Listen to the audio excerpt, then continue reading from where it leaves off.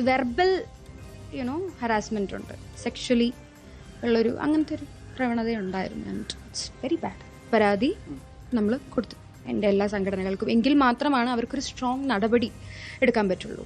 2 കാര്യങ്ങളാണ് എൻ്റെ മൈൻഡിലുള്ളത്. ഒന്ന്, ഇയാളെ വെച്ചെടുക്കുന്ന കുറേ സിനിമകൾ ഇനിയും ഉണ്ടാവും. പകുതിക്ക് വെച്ച് നിൽക്കുന്ന സിനിമകളും റിലീസിന് ഒരുങ്ങിയിട്ടുള്ള സിനിമകളും ഉണ്ടാകും. ആ സിനിമയെ ബാധിക്കരുതല്ലോ. ഒരാൾ കാരണം ആ സിനിമയെ ബാധിക്കുന്നത് ന്യായമല്ല എന്ന് എനിക്ക് തോന്നി. എൻ്റെ ഒരു പരാതിയുടെ പുറത്ത് ആ സിനിമയെല്ലാം ബാധിക്കുന്നത് എന്നെ സംബന്ധിച്ചിടത്തോളം ഒരു അവരോട് ചെയ്യുന്ന ഒരു അനീതിയായിട്ടാണ് എനിക്ക് തോന്നുന്നത്. വ്യക്തി എത്ര ഇത് ഉപയോഗിക്കുമെന്ന് എത്ര ആളുകളിലോട്ട് അറിയാമെങ്കിൽ പോയി ഞാനായിട്ടത് പറഞ്ഞിട്ടുണ്ടെങ്കിൽ എനിക്ക് പിന്നീട് അദ്ദേഹത്തിനൊരു മാറ്റം വന്ന് തിരിച്ച് സിനിമയിൽ കയറേണ്ട സമയത്ത് ആളുകൾ ഇങ്ങനെ മുദ്ര കുത്തുമ്പോൾ എനിക്കുള്ളൊരു അങ്ങനത്തെ കുറച്ച്, അല്ലെങ്കിൽ ആ ഒരു തൊഴിൽ നിഷേധിക്കപ്പെടും എന്നുള്ള എൻ്റെ ഒരു കുറച്ച് പേഴ്സണൽ കുറച്ച് തോട്ട്സ് ഉണ്ട്, ഐഡിയോളജീസ് ഉണ്ട്. അതുമായി ബന്ധപ്പെട്ട് നോക്കുമ്പോഴും ഇദ്ദേഹത്തിൻ്റെ പേര് പറയണ്ട എന്നുള്ളൊരു സംഘടനകളെല്ലാവരും ഇടപെട്ടിട്ടുണ്ട്. ഐ സിയിലൂടെ ഇതിൻ്റെ മോണിറ്ററിങ് നടന്നുകൊണ്ടിരിക്കുകയാണ്. അമ്മ സംഘടനയിൽ ഞാൻ പറഞ്ഞ പോലെ ആ ഒരു ടീം അഡ്ഹോക് കമ്മിറ്റി എല്ലാവരും ബന്ധപ്പെട്ടിട്ടുണ്ട്. തീർച്ചയായും. നമസ്കാരം, കറന്റ് ഡിബേറ്റിലേക്ക് സ്വാഗതം. പോലീസോ എക്സൈസോ സിനിമാ സെറ്റിൽ പരിശോധനയ്ക്ക് വരേണ്ടി വരില്ല, ഞങ്ങൾ എല്ലാ ലഹരിക്കാരെയും നിയന്ത്രിച്ചോളാം എന്ന് വീമ്പ് പറഞ്ഞിരുന്ന സിനിമാ സംഘടനകൾക്ക് ഷൈൻ ടോം ചാക്കോയുടെ ഓട്ടത്തിനും പുലർച്ചെ 3 മണിക്ക് കഞ്ചാവ് ചോദിക്കുന്ന ശ്രീനാഥ് ഭാസിയുടെ തോന്നിവാസത്തിനും സമാധാനം പറയേണ്ടി വരും. ഷൈൻ ടോം ചാക്കോ ലഹരി ഉപയോഗിക്കുന്നത് സെറ്റിലെ പലർക്കും അറിയാമെന്ന നടി വിൻസി അലൂഷ്യസിന്റെ പരാതിയിൽ ഉള്ള കാര്യവും ഗൗരവമാണ്. കാരവനിൽ ലഹരി ഉപയോഗം നടക്കുന്നെന്ന് അറിഞ്ഞിട്ടും എന്ത് ചെയ്യാനാ, കാശ് മുടക്കിപ്പോയില്ലേ എന്ന് ചോദിക്കുന്ന ഒരു നിർമ്മാതാവിനെയും ഇന്ന് കണ്ടു. ലഹരിയുടെ താവളമായി മലയാള സിനിമ മാറുന്നുവെന്ന് പലതവണ ചൂണ്ടിക്കാട്ടിയിട്ടും ലഹരി ഉപയോഗിക്കുന്നവരെ തിരിച്ചറിഞ്ഞിട്ടും താരപ്പകട്ടിൽ സംരക്ഷിക്കുന്നതിന് ഉദാഹരണമാണ് ഇതേ ഷൈൻ ടോം ചാക്കോ പരസ്യമായി പിടിക്കപ്പെട്ടിട്ടും കോടതിയിൽ നിന്ന് തെളിവില്ലാതെ രക്ഷപ്പെട്ടത്. കൂടെ അഭിനയിക്കുന്നവർക്ക് നേരെ മയക്കുമരുന്ന് തുപ്പുന്ന ഷൈൻ ടോം ചാക്കോമാരും പുലർച്ചെ എഴുന്നേറ്റ് കഞ്ചാവ് ചോദിക്കുന്ന ശ്രീനാഥ് ഭാസിമാരെയും പടിക്ക് പുറത്തു നിർത്താൻ മലയാള സിനിമയ്ക്ക് കഴിയുമോ? പരാതി പറഞ്ഞയാൾ അപ്രഖ്യാപിത വിലക്ക് നേരിടേണ്ടി വരുമോ? പ്രൈം ഡിബേറ്റ് ചർച്ച ചെയ്യും.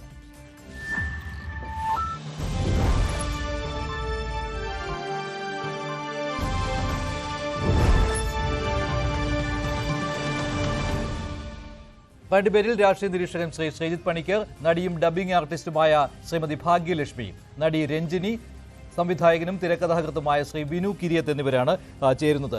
ഷൈൻ ടോം ചാക്കോ കൊച്ചിയിലെ ഹോട്ടലിലെ പോലീസിന്റെ പരിശോധനയ്ക്കിടെയാണ് ഹോട്ടലിൽ നിന്ന് ചാടി രക്ഷപ്പെട്ടത്. ഇതും ഇന്നലെ രാത്രി സംഭവിച്ച കാര്യമാണ്. അതോടൊപ്പം തന്നെയാണ് വിൻസി അലൂഷ്യസ് എന്ന നടി ഷൈൻ ടോം ചാക്കോയ്ക്കെതിരെ സിനിമാ സംഘടനകൾക്ക് പരാതി നൽകിയത്. എന്നാൽ മാധ്യമങ്ങൾക്ക് മുന്നിൽ സംസാരിച്ചപ്പോൾ അവർ ഷൈൻ ടോം ചാക്കോയുടെ പേര് പറഞ്ഞിട്ടുമില്ല. ശ്രീമതി രഞ്ജിനി, എന്താണ് മലയാള സിനിമയിൽ സംഭവിക്കുന്നത്? ഇതൊക്കെ പലതവണ ചൂണ്ടിക്കാണിച്ചിട്ടുള്ള കാര്യങ്ങളാണ്. ഇതേ ഷൈൻ ടോം ചാക്കോയെ നേരത്തെ ലഹരി മരുന്ന് ഉപയോഗിച്ചതിന് അറസ്റ്റ് ചെയ്തിട്ടുള്ളതാണ്. പക്ഷേ അദ്ദേഹം കോടതിയിൽ നിന്ന് രക്ഷപ്പെടുകയായിരുന്നു തെളിവില്ലാത്തതിൻ്റെ പേരിൽ. ഇപ്പോൾ പക്ഷേ നടി നൽകിയിരിക്കുന്ന ഈ പരാതി അത് വളരെയധികം ഗൗരവമുള്ളതാണല്ലോ. അതിൽ പറഞ്ഞിരിക്കുന്ന ഒരു പ്രധാനപ്പെട്ട കാര്യം സിനിമാ സെറ്റിലെ പലർക്കും അറിയാവുന്ന കാര്യമാണ് അഭിനയിക്കുന്ന സമയത്ത് ലഹരി ഉപയോഗിക്കുന്നു എന്നത്. ഇതിൽ സിനിമാ സംഘടനകൾക്ക് പങ്കില്ലേ? അവർക്കും അറിയാവുന്ന കാര്യമല്ലേ? എന്നിട്ടും എന്തുകൊണ്ട് ഇത്തരത്തിലുള്ള സംഭവങ്ങൾ ആവർത്തിക്കുന്നു? ഇത് നോർമൽ പ്രാക്ടീസ് ആണ് ഈ ഇൻഡസ്ട്രിയിൽ, എല്ലാവർക്കും അറിയാം. അന്നും ഇന്നും സെയിം ആണ്. അന്ന് ഡ്രഗ്സ് കുറവാണ്, ആൽക്കഹോളാണ് കൂടുതൽ. ഇപ്പോ അത് തിരിച്ചു മാറി, ആൽക്കഹോൾ കുറഞ്ഞു പോയി, ഇപ്പോൾ ഡ്രഗ്സ് ആണ് അവൈലബിൾ. അത് കാരണം കൊണ്ടാണ് ഇത് സ്ഥിരമായിട്ട് നടക്കുന്നത്. എൻ്റെ സമയത്തിലും ഇങ്ങനെ നടന്നിട്ടുണ്ട്. ഞാനും ഒരു വിക്ടിമായിരുന്നു അന്ന്. അപ്പോ ഇപ്പോഴും ഇങ്ങനെ നടക്കുന്നതിൽ അത് അത്ഭുതമല്ലോ ഒന്നുമില്ല. ഇത് സ്ഥിരമല്ലേ. പിന്നെ നമുക്ക് എല്ലാവർക്കും അറിയാമല്ലോ ഹേമ കമ്മിറ്റി റിപ്പോർട്ടിൽ എന്താണ് അതിന്റെ ഫൈൻഡിങ്സ്, ഇതെല്ലാം അവിടെ എഴുതി വെച്ചിട്ടുണ്ടല്ലോ. അപ്പോ നമ്മളുടെ ഗവൺമെന്റ് എന്ത് കാരണം കൊണ്ട് ഒരു ട്രൈബ്യൂണൽ അതിൽ കോൺസ്റ്റിറ്റ്യൂട്ട് ചെയ്യാത്തത്, അതാണ് എല്ലാവരും ചോദിക്കുന്നത്. പക്ഷേ നമ്മളുടെ സിനിമ അസോസിയേഷൻസിലെയോ ആരെങ്കിലും കണക്റ്റഡ് ടു സിനിമാസ് ആരെങ്കിലും ട്രൈബ്യൂണൽ വേണമെന്ന് ഇതുവരെ ആരും പറഞ്ഞിട്ടില്ല എക്സെപ്റ്റ് മൈസെൽഫ്. ഓക്കെ, കാരണം ഇവർക്കെല്ലാം it's like a power house ആണ്. ഒരു അസോസിയേഷനിൽ ഉണ്ടായാൽ ആ കമ്മിറ്റിയിൽ ഇരുന്നാക്ക it's a power for them. അപ്പോൾ ഇങ്ങനെ ട്രൈബ്യൂണൽ വന്നാൽ അവരുടെ പവർ കുറഞ്ഞു പോവല്ലേ. അത് കാരണം കൊണ്ടാണ് ഇതെല്ലാം പറയാത്തത്. പിന്നെ അസോസിയേഷൻസും ഈ ഇങ്ങനത്തെ കാര്യങ്ങൾ എല്ലാവർക്കും വ്യക്തമായി അറിയാം. ഇങ്ങനെ സംഭവിക്കുന്നു. It's nothing new. ഓക്കെ, അപ്പോ അങ്ങനെ ഇരിക്കുമ്പോ ഇവർക്ക് ആക്ഷനും എടുക്കാൻ പറ്റൂല. ഇപ്പൊ അവർ പറയുന്നുണ്ടല്ലോ എന്താ ബാൻ ചെയ്യാൻ പോകുന്നു. ഇതെല്ലാം നടക്കാൻ പോകുന്നില്ല ശ്രീമതി കേസ്. രഞ്ജിനി, ഒരു കാര്യം കൂടി ചോദിച്ചോട്ടെ. കഴിഞ്ഞ മാസമാണെന്ന് തോന്നുന്നു ഫെഫ്കയുടെ ചെയർമാനായ ബി ഉണ്ണികൃഷ്ണൻ പറഞ്ഞ ഒരു കാര്യമുണ്ട്. ഞങ്ങളൊരു ഈ ലഹരി മരുന്നുകൾക്കെതിരായിട്ട് സിനിമയിൽ തന്നെ ഒരു തീവ്രയജ്ഞം തുടങ്ങുകയാണ്. ഒരു സമിതിയെ രൂപീകരിക്കുന്നു. 7 അംഗങ്ങളുടെ സമിതിയായിരിക്കും. അപ്പോൾ ആരെങ്കിലും ലഹരി ഉപയോഗിക്കുന്നുണ്ട് എങ്കിൽ അവർ പിടിക്കപ്പെടും എന്ന് അദ്ദേഹം ഉറപ്പ് നൽകുകയായിരുന്നു. അതുകൊണ്ട് പോലീസിനും എക്സൈസിനും ഒന്നും സിനിമാ സെറ്റുകളിലേക്ക് വരേണ്ട ഒരു ആവശ്യമേ ഉണ്ടാവുകയില്ല എന്ന് അദ്ദേഹം ഉറപ്പിച്ചു പറയുകയും ചെയ്തു. പക്ഷേ അതൊക്കെ എവിടെ പോയി? അത് മാത്രമല്ല, മുമ്പ് എന്തെങ്കിലും പരിശോധന സിനിമാ സെറ്റുകളിൽ നടത്തുവാൻ പോലീസോ എക്സൈസോ തയ്യാറെടുക്കുന്നുണ്ടെങ്കിൽ അത് പറ്റില്ല എന്ന് പറഞ്ഞു വിലക്കിയിരുന്നതും ഈ സിനിമാ രംഗത്തു നിന്നുള്ളവർ തന്നെയല്ലേ. അത് കഴിഞ്ഞാണ് ഞങ്ങൾ തന്നെ ഇത് നടത്തിച്ചോളാം, ഞങ്ങൾ ഇവരെ പിടിച്ചുകൊള്ളാം എന്ന് പറഞ്ഞുകൊണ്ട് ഒരു ഉറപ്പ് പൊതുസമൂഹത്തിന് മുന്നിൽ നൽകിയതും. പക്ഷേ ഇതൊക്കെ വെറുതെയാണെന്നുള്ള കാര്യം ഒരു സംശയമില്ലാത്ത വിധം പറയാൻ കഴിയുമല്ലോ. ഉറപ്പല്ലേ? നമ്മൾ എത്ര കേസസ് നമ്മൾ കണ്ടിട്ടുണ്ട് ഇങ്ങനെ. ആദ്യം ഇൻ ദ സെൻസസ് ഈ നടി കിഡ്നാപ്പ് ചെയ്ത കേസിലെ തന്നെ എല്ലാവരും ആഹാ ഊഹു എന്ന് പറഞ്ഞു. പിന്നെ കാൻഡിൽ വിജിൽ നടത്തി ദർബാർ ഹാളില്. എല്ലാവരും എന്താ പറഞ്ഞു? അവൾക്കൊപ്പമാണ് പറഞ്ഞത്. പിന്നെ എന്ത് സംഭവിച്ചു? അവൾക്കൊപ്പം പിന്നെ എല്ലാം മാറിയല്ലേ. സോ ഇതാണ് സംഭവിക്കുന്നത്. നോബഡി, അതായത് ഈ അസോസിയേഷൻ പ്രൊട്ടക്ട് ചെയ്യുന്നത് പെർപെട്രേറ്റേഴ്സിനെയാണ്, വിക്ടിംസിനല്ല. മോസ്റ്റ്ലി പെർപെട്രേറ്റേഴ്സ് അൺഫോർച്ചുനേറ്റ്ലി അവരെല്ലാം മെൻ. അപ്പൊ majority is A men domination അല്ലേ ഈ ഫീൽഡ്. അപ്പൊ മെന്നിക്ക് വേണ്ടിയാണ് സപ്പോർട്ട് ചെയ്യുന്നത്. വളരെ കുറവാണ് ലേഡീസ്ക്ക് സപ്പോർട്ട് ചെയ്യാൻ മെൻ. അങ്ങനെ വന്നാലും ചില ആൾക്കാർ വിളിച്ച് പറയും അവരോട് സപ്പോർട്ട് ചെയ്യല്ലേ കേട്ടാ, ഇങ്ങനെ നമുക്ക് എന്തിനാ അതിൽ പോകുന്നത്. ഇതാണ് പ്രോബ്ലം. അപ്പോൾ അതൊക്കെ ഓൺലി സൊല്യൂഷൻ, ഒറ്റ സൊല്യൂഷനേ ഉള്ളൂ, ട്രൈബ്യൂണലാണ്. അതിനകത്ത് അവർ വേറെ ആരും മീഡിയേഷനോ ആർബിട്രേഷൻ ചെയ്യാൻ ഇവർക്ക് എന്താ അധികാരം ഉള്ളത്? പക്ഷെ പരാതി പറയാൻ ആള് വേണ്ടേ ശ്രീമതി രഞ്ജിനി? പരാതി പറയാൻ ആള് വേണ്ടേ? ഇപ്പോൾ ഹേമ കമ്മിറ്റി റിപ്പോർട്ട് വന്നതിന് ശേഷവും ഒരുപാട് കോലാഹലങ്ങൾ ഉണ്ടായി. പക്ഷേ അവസാനം ഈ പ്രത്യേക അന്വേഷണ സംഘത്തെയൊക്കെ രൂപീകരിച്ച് കഴിഞ്ഞപ്പോൾ പലരും പരാതി പറയുന്നതിൽ നിന്ന് പിന്മാറുന്ന കാഴ്ചയും ഇവിടെ കണ്ടു. ഈ പ്രത്യേക അന്വേഷണ സംഘം ആവശ്യമില്ലാതെ കുറെ പേരുടെ മൊഴിയെടുത്തു എന്ന് പറഞ്ഞുകൊണ്ട് ഒരു പ്രമുഖ നടി തന്നെ, മലയാള സിനിമയിൽ സജീവമായിട്ടുള്ള ഒരു നടി തന്നെ സുപ്രീം കോടതിയെ പോലും സമീപിക്കുന്ന കാഴ്ച ഇവിടെ കണ്ടു. ഇതൊക്കെ ഉണ്ടാവുകയാണ്. അപ്പോൾ എന്തെങ്കിലും നടപടി എടുക്കാമെന്ന് വെച്ചാലും അത് തടയപ്പെടുകയാണ്. അതുമാത്രമല്ല, ഒരു സംശയം ഉണ്ടാവുകയാണ്. ഇവിടെ ഇപ്പോൾ പരാതി പറഞ്ഞിരിക്കുന്ന വിൻസി അലോഷ്യസ് തന്നെ, അവരുടെ വാക്കുകളിൽ വളരെ സൂക്ഷ്മതയുണ്ടായിരുന്നു. കാരണം ഇനി അങ്ങോട്ട് അവർക്ക് ഈ പ്രൊഫഷണലായിട്ട് എന്തെങ്കിലും പ്രശ്നങ്ങൾ ഉണ്ടാകുമോ എന്നുള്ള ഒരു ഭയം ആ കുട്ടിക്കുണ്ട്. അതും ഇപ്പോഴും സംഭവിക്കുകയാണല്ലോ. ഈ സംഘടനകളൊക്കെ ഇപ്പോൾ അത്യുച്ചത്തിൽ പറയുന്നുണ്ട്, ഞങ്ങൾ നോക്കിക്കോളാം, ഞങ്ങൾ നടപടി എടുത്തുകൊള്ളാം, ഒരു നിമിഷം പോലും ഇവരൊന്നും ഈ സിനിമയിൽ ഉണ്ടാവുകയില്ല, ഈ പറയുന്ന ഷൈൻ ടോം ചാക്കോയൊന്നും എന്ന് പറയുന്നതല്ലാതെ ഈ തുടക്കത്തിലെ ആവേശം മാത്രമല്ലേ ഉള്ളൂ. അപ്പോൾ ട്രൈബ്യൂണൽ വന്നാൽ പോലും മൊഴി നൽകാൻ പോലും ആരും ഉണ്ടാവുകയില്ലല്ലോ. ഇല്ല, ഉണ്ടാവും. കാരണം ട്രൈബ്യൂണൽ, ഞാൻ എന്ത് പറഞ്ഞിരിക്കുന്നത്, ട്രൈബ്യൂണൽ ഈസ് അനോണിമിറ്റിയും കോൺഫിഡൻഷ്യാലിറ്റിയും വെക്കുന്ന ഒരു സ്ഥലമായിരിക്കണം. ലെജിസ്ലേഷൻ പവേഴ്സ്, ജുഡീഷ്യറി പവേഴ്സ് ഉള്ള ഒരു ട്രൈബ്യൂണൽ. പിന്നെ ആ ട്രൈബ്യൂണലിൽ സിനിമ കണക്ഷനിൽ ഇല്ലാത്ത ആൾക്കാർ വേണം. അതായത് ജഡ്ജസ്, ലോയേഴ്സ്, ഇങ്ങനെ സൈക്കോളജിസ്റ്റ്, ഇവരെല്ലാം വേണം. അങ്ങനെ വന്നാലേ ഇത് നന്നാവും. എന്തെങ്കിലും ഒരു സിനിമ ആൾ അവിടെ കയറിയാൽ അത് നശിപ്പിച്ച് കളയും മീൻസ് ഇൻ ദ സെൻസസ് അവർ തന്നെ ഇൻഫർമേഷൻ ലീക്ക് ചെയ്യും കോ സബോർഡിനേറ്റേഴ്സിന് വേണ്ടി. അപ്പോൾ ഇങ്ങനെ ഒറ്റ സൊല്യൂഷൻ, ഇത് വേറെ ആര് തീരുമാനിച്ചാലും ഇത് ആർക്കും ഒരു സൊല്യൂഷൻ എടുക്കാൻ പറ്റൂല. Government should intervene. ഗവൺമെന്റ് ഒരുപാട് ഇപ്പോൾ ഡ്രഗ്സിന് വേണ്ടി ക്യാമ്പയിൻ നടത്തുന്നു. ശരി, ഇപ്പോൾ ഹേമ കമ്മിറ്റി റിപ്പോർട്ടിൽ തന്നെ ഇതെല്ലാം ബ്ലാക്ക് ആൻഡ് വൈറ്റ് ആയിട്ട് വന്നു. എന്നിട്ട് നമ്മളുടെ ഗവൺമെന്റ് എന്ത് ചെയ്തു? ഇപ്പൊ 8 മാസമാവുന്നു, നോ ആക്ഷൻ. അപ്പൊ എന്ത് കാരണം കൊണ്ടാണ് ഈ റിപ്പോർട്ട് 5 വർഷം പൂട്ടി വെച്ചു, അത് വേറെ. ഇപ്പോ 8 മാസമാവുന്നു. What is the solution? അവിടെ ക്ലിയർ കട്ടായിട്ട് ആ കമ്മിറ്റിയിലെ തന്നെ ആ പാനലിസ്റ്റ് എഴുതി വെച്ചിട്ടുണ്ട്. അത് തന്നെ ഇപ്പൊ സംഭവിച്ചുകൊണ്ടേ ഇരിക്കുന്നത്. ശരി രഞ്ജിനി, ഞാനിപ്പോൾ ബിനു കിരിയത്തും ശ്രീജിത്ത് പണിക്കരും കൂടി ചേരുന്നുണ്ട്. ബിനു കിരിയത്ത്, ഇന്ന് ഒരുപാട് കാര്യങ്ങൾ സംഭവിച്ചു. ഇന്നലെ രാത്രി ഷൈൻ ടോം ചാക്കോ കൊച്ചിയിലെ ഹോട്ടലിൽ നിന്ന് ചാടി രക്ഷപ്പെടുന്ന സീൻ വന്നിരിക്കുന്നു. അത് അതിസാഹസികമായാണ് അവിടെ നിന്ന് രക്ഷപ്പെട്ടത്. എന്തിനാണ് ആ ഓട്ടം ഷൈൻ ടോം ചാക്കോ ഓടിയത് എന്ന ചോദ്യമാണ് ഇപ്പോൾ ഉയരുന്നത്. പോലീസിന് അദ്ദേഹത്തെ ഇതുവരെ കണ്ടുപിടിക്കാൻ സാധിച്ചിട്ടില്ല. ഡാൻസ് ആപ്പ് സംഘമായിരുന്നു ഈ ലഹരി മരുന്നുകളെക്കുറിച്ച് അന്വേഷണം നടത്തുന്ന പ്രത്യേക സംഘം. അവരുടെ അന്വേഷണത്തിനിടയിലാണ് ഇങ്ങനെ ലഹരി മരുന്ന് അവിടെ വേദാന്ത ഹോട്ടലിൽ കൈമാറ്റം നടക്കുന്നുണ്ട് എന്ന രഹസ്യ വിവരത്തിന്റെ അടിസ്ഥാനത്തിൽ പോയതാണ് ഡാൻസ് ആപ്പ് സംഘം. അവിടെ നിന്ന് ഷൈൻ ടോം ചാക്കോ ഓടി രക്ഷപ്പെടുന്ന കാഴ്ച. പിന്നീട് ഈ വിൻസി അലോഷ്യസ് കഴിഞ്ഞ ദിവസം പോസ്റ്റ് ചെയ്ത വീഡിയോ, അതിൽ ഒരു നടൻ, ആ നടനോടൊപ്പം ഇനി അഭിനയിക്കാൻ ബുദ്ധിമുട്ടാണ് എന്ന കാര്യം അവർ പറഞ്ഞിരുന്നു. ലഹരി മരുന്ന് ഉപയോഗിച്ചുകൊണ്ടാണ് സെറ്റിൽ വരുന്നത്, മോശമായി പെരുമാറുന്നു എന്ന് പറഞ്ഞിരുന്നു. അപ്പോൾ തന്നെ ആരാണ് ആ നടൻ എന്ന ചോദ്യമുണ്ടായിരുന്നു. ഷൈനാണെന്നുള്ള കാര്യം പല കോണുകളിൽ നിന്നും ഉയർന്നിരുന്നു. അത് സ്ഥിരീകരിക്കപ്പെട്ടത് വിൻസി അലോഷ്യസ് സിനിമാ സംഘടനകൾക്ക് പരാതി നൽകിയതിലൂടെയാണ്. അതിൽ തന്നെ സിനിമയിലെ ICCക്കും പരാതി കൊടുത്തിട്ടുണ്ടല്ലോ. അങ്ങനെയാണ് ആ പേര് വെളിയിൽ വന്നത്. പക്ഷേ വിൻസി ആയിട്ട് ആ പേര് പുറത്ത് പറഞ്ഞിട്ടില്ല. അതിലും ഇപ്പോൾ തർക്കം നടക്കുകയാണ്. വിൻസി അലോഷ്യസ് ആ പേര് പറയരുത്, പുറത്ത് പറയരുത് എന്നാവശ്യപ്പെട്ടാണ് സിനിമാ സംഘടനകൾക്ക് പരാതി കൊടുത്തത്. പക്ഷേ അവരിൽ നിന്ന് ഇത് ലീക്കായി എന്നാണ് വിൻസി ഇപ്പോൾ പറയുന്നത്. അപ്പോൾ അതും ഒരു തർക്ക വിഷയമായി മാറിയിരിക്കുകയാണ്. ഇതേ തുടർന്നാണ് ഇപ്പോൾ ശ്രീനാഥ് ഭാസിയുടെ കാര്യം. ഒരു നിർമ്മാതാവ്, ഹസീബ് മലബാർ എന്നുള്ള നിർമ്മാതാവ്, അദ്ദേഹം പറയുകയാണ് പുലർച്ചെ 3 മണിക്ക് സിനിമാ സെറ്റിൽ കഞ്ചാവ് വേണമെന്ന് ആവശ്യപ്പെട്ടു അത്രേ. അത് കഴിഞ്ഞ് കിട്ടാത്തത് കൊണ്ട് പിറ്റേ ദിവസം മുതൽ ഷൂട്ടിങ്ങിന് വരുന്നില്ല. പിന്നെ ശ്രീനാഥ് ഭാസി ആ സെറ്റിൽ പൊങ്ങിയത് 58 ദിവസങ്ങൾക്ക് ശേഷമാണ്. അദ്ദേഹം പറയുകയാണ്, ആരോട് പരാതി പറയാനാണ് ഇതൊക്കെ, ഞാൻ പണം മുടക്കിപ്പോയി സിനിമയിൽ, പരാതി വല്ലതും വന്നു കഴിഞ്ഞാൽ ഡബ്ബിങ്ങിന് പോലും ഈ ആർട്ടിസ്റ്റ് വരില്ല, പിന്നെ ഞാൻ എന്ത് ചെയ്യാനാണ്. അത് അവസാനം ഡബ്ബിങ് തീരണ വരെ സഹിച്ചു എന്നാണ് അദ്ദേഹം സങ്കടത്തോടു കൂടി പറഞ്ഞത്. ഇപ്പോൾ അദ്ദേഹത്തിൻ്റെ ഫോൺ സ്വിച്ച്ഡ് ഓഫ് ആണ്. അത് അറിയാൻ കഴിഞ്ഞത് അദ്ദേഹം പിന്നീട് ഇത് ഇങ്ങനെയൊരു വെളിപ്പെടുത്തൽ നടത്തിയതോടുകൂടി ഇനി ആ സിനിമയുടെ ഗതി എന്താകും എന്നുള്ള ആശങ്ക അദ്ദേഹത്തിനുണ്ട് എന്നാണ്. കിട്ടുവാണെങ്കിൽ അദ്ദേഹത്തോട് തന്നെ നേരിട്ട് ഫോണിൽ ചോദിക്കാമായിരുന്നു. എന്താണ് വിനു സംഭവിക്കുന്നത്? എത്ര തവണ ഉറപ്പ് നൽകിയതാണ് ഈ ലഹരി മരുന്ന് ഉപയോഗമൊന്നും ഉണ്ടാവുകയില്ലെന്ന്? ഫെഫ്കയുടെ ഉറപ്പ് ഞാൻ നേരത്തെ ഇവിടെ പറഞ്ഞിരുന്നു.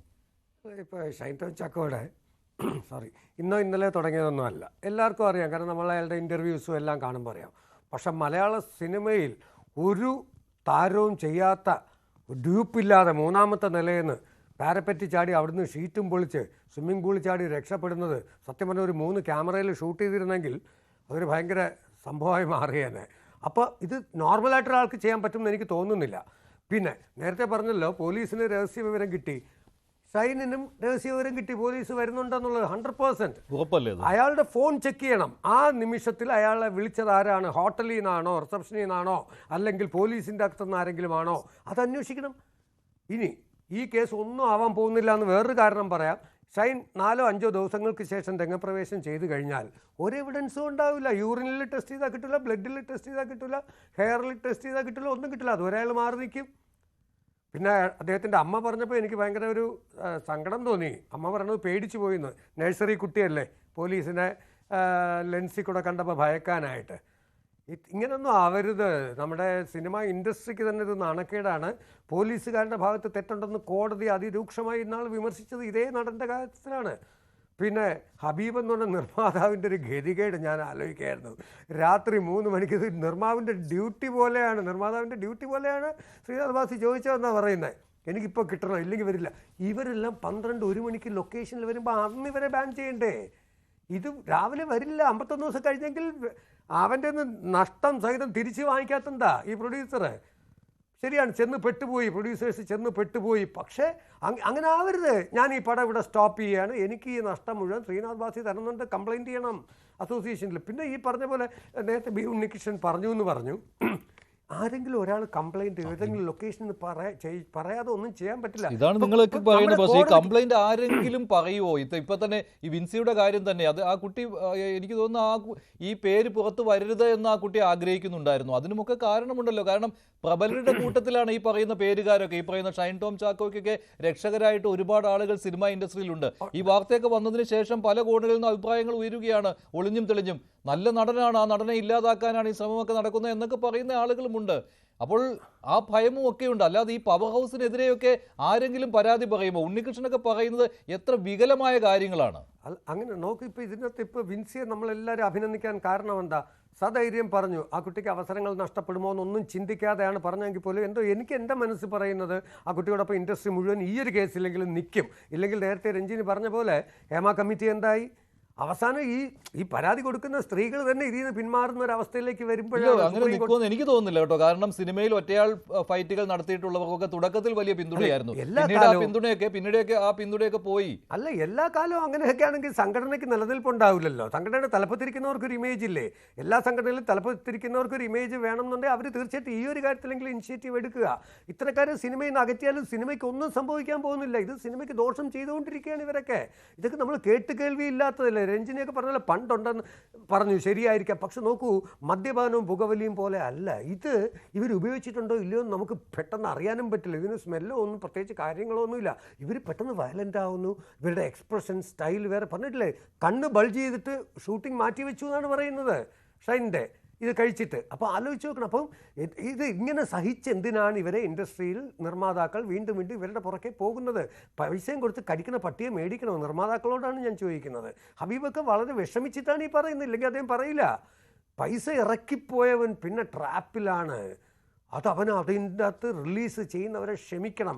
ഇപ്പം വിൻസിയും പറയുന്നത് അതുകൊണ്ടാണ്. ഇത് ഈ പടത്തിനൊരു പ്രൊഡ്യൂസറുണ്ട്, അയാൾക്ക് ദോഷം വരരുതെന്നുള്ളത് കൊണ്ടാണ് ആ പടത്തിൻ്റെ പേരോ നടൻ്റെ പേരോ വിൻസി പറയാത്തതെന്ന് ആ കുട്ടി പറയുന്നുണ്ട്. പക്ഷേ എന്തായാലും നാളെ അല്ലെങ്കിൽ അടുത്ത പോലീസിന് ഈ കേസ് കയ്യിലേക്ക് മാറുമ്പോൾ, പക്ഷേ ഇപ്പോൾ പോലീസ് പോയി ഹോട്ടലിൽ നിന്ന് ഇറങ്ങി ഓടിയതിന് എന്ത് കേസ് എടുക്കാനാണ് ഷൈമിനെതിരെ? അല്ല, ഓടിയതിനെ സംശയിക്കാനേ പറ്റുള്ളൂ, വേറെ ഒന്നും ചെയ്യാം. അതാണ് ഞാൻ പറഞ്ഞത്, ഒരു എവിഡൻസും ഉണ്ടാവില്ല. എന്തിനോടി? എനിക്ക് ഓടാൻ തോന്നി, എന്ത് ചെയ്യാൻ പറ്റും? നിങ്ങൾ ലഹരി കഴിച്ചോ ഇല്ലയോ എന്നുള്ളതിന് എവിഡൻസ് ഇല്ല, ബാക്കി ഓടി എന്നുള്ളതിന് എവിഡൻസ് ഉണ്ട്. അതിന് എന്നെ എന്ത് ചെയ്യാൻ പറ്റും? ഒന്നും ചെയ്യാൻ പറ്റില്ല എന്ന് പറയും. ശരിയാണ്, അത് നിയമം അങ്ങനെയാണ് നമ്മുടെ. അത് നിയമത്തിൻ്റെ കുറ്റമല്ല. ഇനി ഇതേ ഷൈൻ ടോം ചാക്കോക്കിനെ എത്രയോ തവണ പിടിക്കാമായിരുന്നു. നോക്കൂ, സുരേഷ് കുമാർ ഇപ്പം നേരത്തെ പറഞ്ഞല്ലോ, ബി ഉണ്ണികൃഷ്ണൻ പറഞ്ഞല്ലോ. ബി ഉണ്ണികൃഷ്ണൻ പറഞ്ഞത് അങ്ങനെയല്ലോ, ആരെങ്കിലുമൊക്കെ പരാതിപ്പെട്ടാൽ നമ്മൾ ഇതിനകത്ത് അതിശക്തമായ നിലപാട്. സുരേഷ് കുമാർ വ്യക്തമായിട്ട് പറഞ്ഞല്ലോ, നിങ്ങൾ ലൊക്കേഷനിൽ വന്ന് റെയ്ഡ് ചെയ്തോളൂ. എത്ര പ്രാവശ്യം പറഞ്ഞു? ഈ ഹേമ കമ്മിറ്റിക്ക് മുമ്പാകെ പരാതി കൊടുത്ത ആളുകളുണ്ടല്ലോ, അവർ പറഞ്ഞ കാര്യം എന്ന് പറയുന്നത് സിനിമാ രംഗത്തെ സംഘടനകളോടൊന്നും പരാതി പറഞ്ഞിട്ട് ഒരു നീതിയും കിട്ടാത്തത് കൊണ്ടാണ് ഞങ്ങൾ ഹേമ കമ്മിറ്റിക്ക് മുന്നിൽ പോയി പരാതി കൊടുത്തത് എന്നാണ്. അപ്പോൾ ഈ ഉണ്ണികൃഷ്ണൻ പറഞ്ഞതൊക്കെ അങ്ങനെ തൊണ്ട തൊടാതെ വിഴുങ്ങാൻ പറ്റുകയില്ല. അങ്ങനെയുള്ളവർക്ക് അംഗത്വം രാജിവെക്കണം ആ സംഘടന എന്നൊക്കെ. ഈ സംഘടന വേണ്ടാന്ന് എല്ലാവരും കൂടെ പറ. അങ്ങനെയാണെങ്കിൽ അംഗത്വം ഇല്ലാതെ ഈ സിനിമയിൽ പ്രവർത്തിക്കാൻ പറ്റില്ല. ശ്രീ ഇവരാണ് ഇവിടുത്തെ സർവാധികാരിക്കാർ. ഇവരാണ്. ഇവർ വിചാരിച്ചാലേ ഇവിടെ സിനിമ ചെയ്യാൻ പറ്റുകയുള്ളൂ. അതുകൊണ്ടാണ് ഇവരെയൊക്കെ സഹിച്ച് ഇവിടെ ജീവിക്കുന്നത്. മഞ്ജുഷ, ഒരു സംഘടനയിൽ 1000 അടുപ്പിച്ച ആൾക്കാരുണ്ടെന്നുണ്ടെങ്കിൽ തീർച്ചയായിട്ടും എല്ലാവരും ഒരുമിച്ച് നിന്നാൽ തലപ്പത്തിരിക്കുന്നവരാരായാലും അവർക്ക് ഇവർ പറയണ അനുസരിച്ചേ പറ്റുള്ളൂ. പക്ഷെ അത് നടക്കുന്നില്ല. അത് സത്യമാണ്. കാരണം വെച്ചാൽ നമ്മളുടെ അവസരം നഷ്ടപ്പെടുമോ? അവരെല്ലാം വലിയ വലിയ ആൾക്കാരാണ് തലപ്പത്തിരിക്കുന്നത്. ഞാൻ ഇന്നലെ ജയൻ ചേർത്തലയെ വിളിച്ചു. ജയൻ ചേർത്തല പറയുന്നത് ശരിയാണ്. ജയൻ ചേർത്തല പറഞ്ഞു, വിനു എനിക്കൊന്നും ചെയ്യാൻ പറ്റില്ല. നമുക്കൊരു പരാതി തന്നാൽ, വ്യക്തി ആരെന്നെങ്കിലും ഞങ്ങൾക്ക് അറിയണമെങ്കിൽ അത് റിട്ടേൺ ആയിട്ട് തന്നാൽ നമുക്ക് എന്തെങ്കിലും. ശ്രീ ശ്രീജിത്ത് പണിക്കർ, എല്ലാവർക്കും അറിയാം ഈ ഷൈൻ ടോം ചാക്കോയും ശ്രീനാഥ് ഭാസിയും ഒക്കെ സെറ്റിൽ പ്രശ്നക്കാരാണെന്ന്. കഞ്ചാവ് ചോദിക്കുന്ന കാര്യവും അറിയാം. കഞ്ചാവ് കിട്ടിയില്ലെങ്കിൽ സെറ്റിലേക്ക് വരില്ല. കഞ്ചാവ് അടിച്ചു കഴിഞ്ഞാൽ പിന്നെ പെരുമാറ്റം പല രീതിയിലായിരിക്കും. അവിടെ ലൈംഗിക ചുവയോടുകൂടി പോലും സംസാരിക്കുമെന്ന കാര്യം ഇതെല്ലാം എല്ലാവർക്കും അറിയാം. ഒടുവിൽ എന്താണ് സംഭവിക്കുന്നതെന്ന് വെച്ചാൽ, ഇപ്പോൾ സൂത്രവാക്യം എന്ന സിനിമയുടെ കാര്യം തന്നെയാണെങ്കിൽ അതിൻ്റെ സംവിധായകൻ നടിയോട് ക്ഷമ ചോദിക്കുകയാണ് ചെയ്യുന്നത് ഈ ഷൈൻ്റെ ഈ മോശം പെരുമാറ്റം കാരണം. അപ്പോൾ എന്തിന് ഇയാളെ സഹിക്കണം എന്നൊക്കെ ചോദിക്കാൻ എളുപ്പമാണ്. പക്ഷെ നിർമ്മാതാക്കൾ അവിടെ ഒന്നും ചെയ്യാനാവാതെ കുഴങ്ങുകയാണ്. ഈ സംഘടനകൾക്ക് എന്ത് പ്രസക്തിയാണ് മലയാള സിനിമാ രംഗത്തുള്ളത്? അവരവരുടെ കാര്യം, സംഘടനാ ശേഷി വർദ്ധിപ്പിക്കൽ, ഇതല്ലാതെ എന്താണുള്ളത്? ശ്രീ മഞ്ജുഷ്, നമ്മൾ ഈ സിനിമ ഇൻഡസ്ട്രിയിലെ ഉള്ളിൽ നിന്നുള്ള ആൾക്കാരുടെ അഭിപ്രായങ്ങളോ വാദങ്ങളോ തൽക്കാലം നമ്മളൊരു സൈഡിലേക്ക് മാറ്റി വെച്ചിട്ട് നോക്കിക്കഴിഞ്ഞാൽ തന്നെ, ഈ അടുത്തിടെ ആലപ്പുഴയിൽ ഹൈബ്രിഡ് കഞ്ചാവുമായി പിടിയിലായ തസ്ലീമ സുൽത്താൻ എന്ന് പറയുന്ന ഒരു സ്ത്രീയുടെ ഒരു മൊഴി ഉണ്ടായിരുന്നു. അപ്പൊ അവർ പറഞ്ഞിരുന്നത് എന്താണ്? അവരുടെ കസ്റ്റമേഴ്സാണ് ശ്രീനാഥ് ഭാസിയും ഷൈൻ ടോം ചാക്കോയും എന്നാണ് പറഞ്ഞത്. അന്ന് ഇവിടെ മാധ്യമങ്ങളിലെല്ലാം തന്നെ അത് പ്രധാനപ്പെട്ട വാർത്തയായതാണ്, തലക്കെട്ടായതാണ്. അപ്പൊ ഇൻഡസ്ട്രിയുടെ ഉള്ളിൽ നിന്നുള്ള ആൾക്കാർ മാത്രമല്ല, അതിന് പുറത്തു നിന്നുള്ള ആൾക്കാർ പോലും സ്പെസിഫിക് ആയിട്ട് ആൾക്കാരുടെ പേര് പറഞ്ഞുകൊണ്ട് തന്നെ ഇത്തരത്തിലുള്ള കാര്യങ്ങളെല്ലാം ചെയ്തതിന് ശേഷവും ഇവർക്കാർക്കും യാതൊരു വിധത്തിലുള്ള കുഴപ്പവുമില്ല. ഞാൻ ആലോചിക്കുന്നത്, മലയാള സിനിമയുടെ അവിഭാജ്യ ഘടകങ്ങളാണ് ഈ നടന്മാർ, ഷൈൻ ടോം ചാക്കോ എന്നൊന്നും ഞാൻ കരുതുന്നില്ല. അങ്ങനെ കരുതുന്ന ആൾക്കാരുണ്ടോ എന്ന് എനിക്കറിയില്ല. കാരണം ഞാൻ കരുതുന്നത് ഇതൊക്കെ തന്നെ മലയാള സിനിമയ്ക്ക് വളരെ നാണക്കേടായിട്ടുള്ള സംഭവങ്ങളാണെന്നാണ്. സിനിമയിലെ ലഹരിയെക്കുറിച്ച്, അത് ആരൊക്കെയാണ് ഉപയോഗിക്കുന്നത് എന്നതിനെക്കുറിച്ചൊക്കെ തന്നെ കൃത്യമായ അറിവുള്ളത് സിനിമക്കാർക്കാണ്. അപ്പം നമ്മൾ പലപ്പോഴും പല ഊഹങ്ങൾ കൊണ്ട് അല്ലെങ്കിൽ എന്തെങ്കിലും ലീക്ക് ചെയ്ത് കിട്ടിയിരിക്കുന്ന കാര്യങ്ങൾ കൊണ്ട് സിനിമാ മേഖലയിലുള്ള ആൾക്കാരുമായിട്ടുള്ള അടുപ്പം കൊണ്ടൊക്കെയാണ് നമുക്ക് പലപ്പോഴും ഇതുമായി ബന്ധപ്പെട്ട ഇൻഫർമേഷൻ കിട്ടുന്നത്. പക്ഷേ ഈ ഇൻഡസ്ട്രിയിൽ ഉള്ളിലുള്ള ആൾക്കാരെ സംബന്ധിച്ചിടത്തോളം ആരാണ് ഉപയോഗിക്കുന്നത്, ആരെന്തൊക്കെയാണ് ഉപയോഗിക്കുന്നത്, ഇതിനെപ്പറ്റി കൃത്യമായിട്ട് അറിയാം. അപ്പോൾ ഇത് ഇന്നോ ഇന്നലെ ഉണ്ടായിരിക്കുന്ന പേരല്ല. ഇതിൽ പല ആൾക്കാരും ചീത്തപ്പേര് കേൾപ്പിച്ചിട്ട് വർഷങ്ങളായിട്ടുണ്ട്. ഞാൻ ചോദിക്കുന്നത്, എന്നിട്ടും ഇവരൊക്കെ ഈ സിനിമകളുടെയൊക്കെ എന്തോ അവിഭാജ്യ ഘടകമാണ് എന്ന മട്ടിൽ ഇവരെയൊക്കെ തന്നെ വിളിച്ച് വീണ്ടും സിനിമകളിൽ തുടർച്ചയായി സഹകരിപ്പിക്കുന്ന നിർമ്മാതാക്കളും സംവിധായകരും ഇവിടെ ഉള്ളത് കൊണ്ടാണ് ഇവർക്ക് യഥേഷ്ടം ഇതൊക്കെ ചെയ്യാനായിട്ട് സാധിക്കുന്നത്. ഇപ്പോൾ ആദ്യത്തെ തവണയാണ് ഒരു നടൻ ഒരു നിർമ്മാതാവിനോട് എനിക്ക് കഞ്ചാവ് വേണം എന്ന് പറയുന്നതെങ്കിൽ അത് വെളുപ്പിന് 3 മണിക്കായിരിക്കുമോ? ആയിരിക്കില്ല. മറ്റേതെങ്കിലും ഒരു സമയത്തായിരിക്കും. അതല്ലെങ്കിൽ വേറെ ഏതെങ്കിലും രീതിയിൽ ഇതിനെ സോഴ്സ് ചെയ്യാനായിട്ട് ശ്രമിക്കും.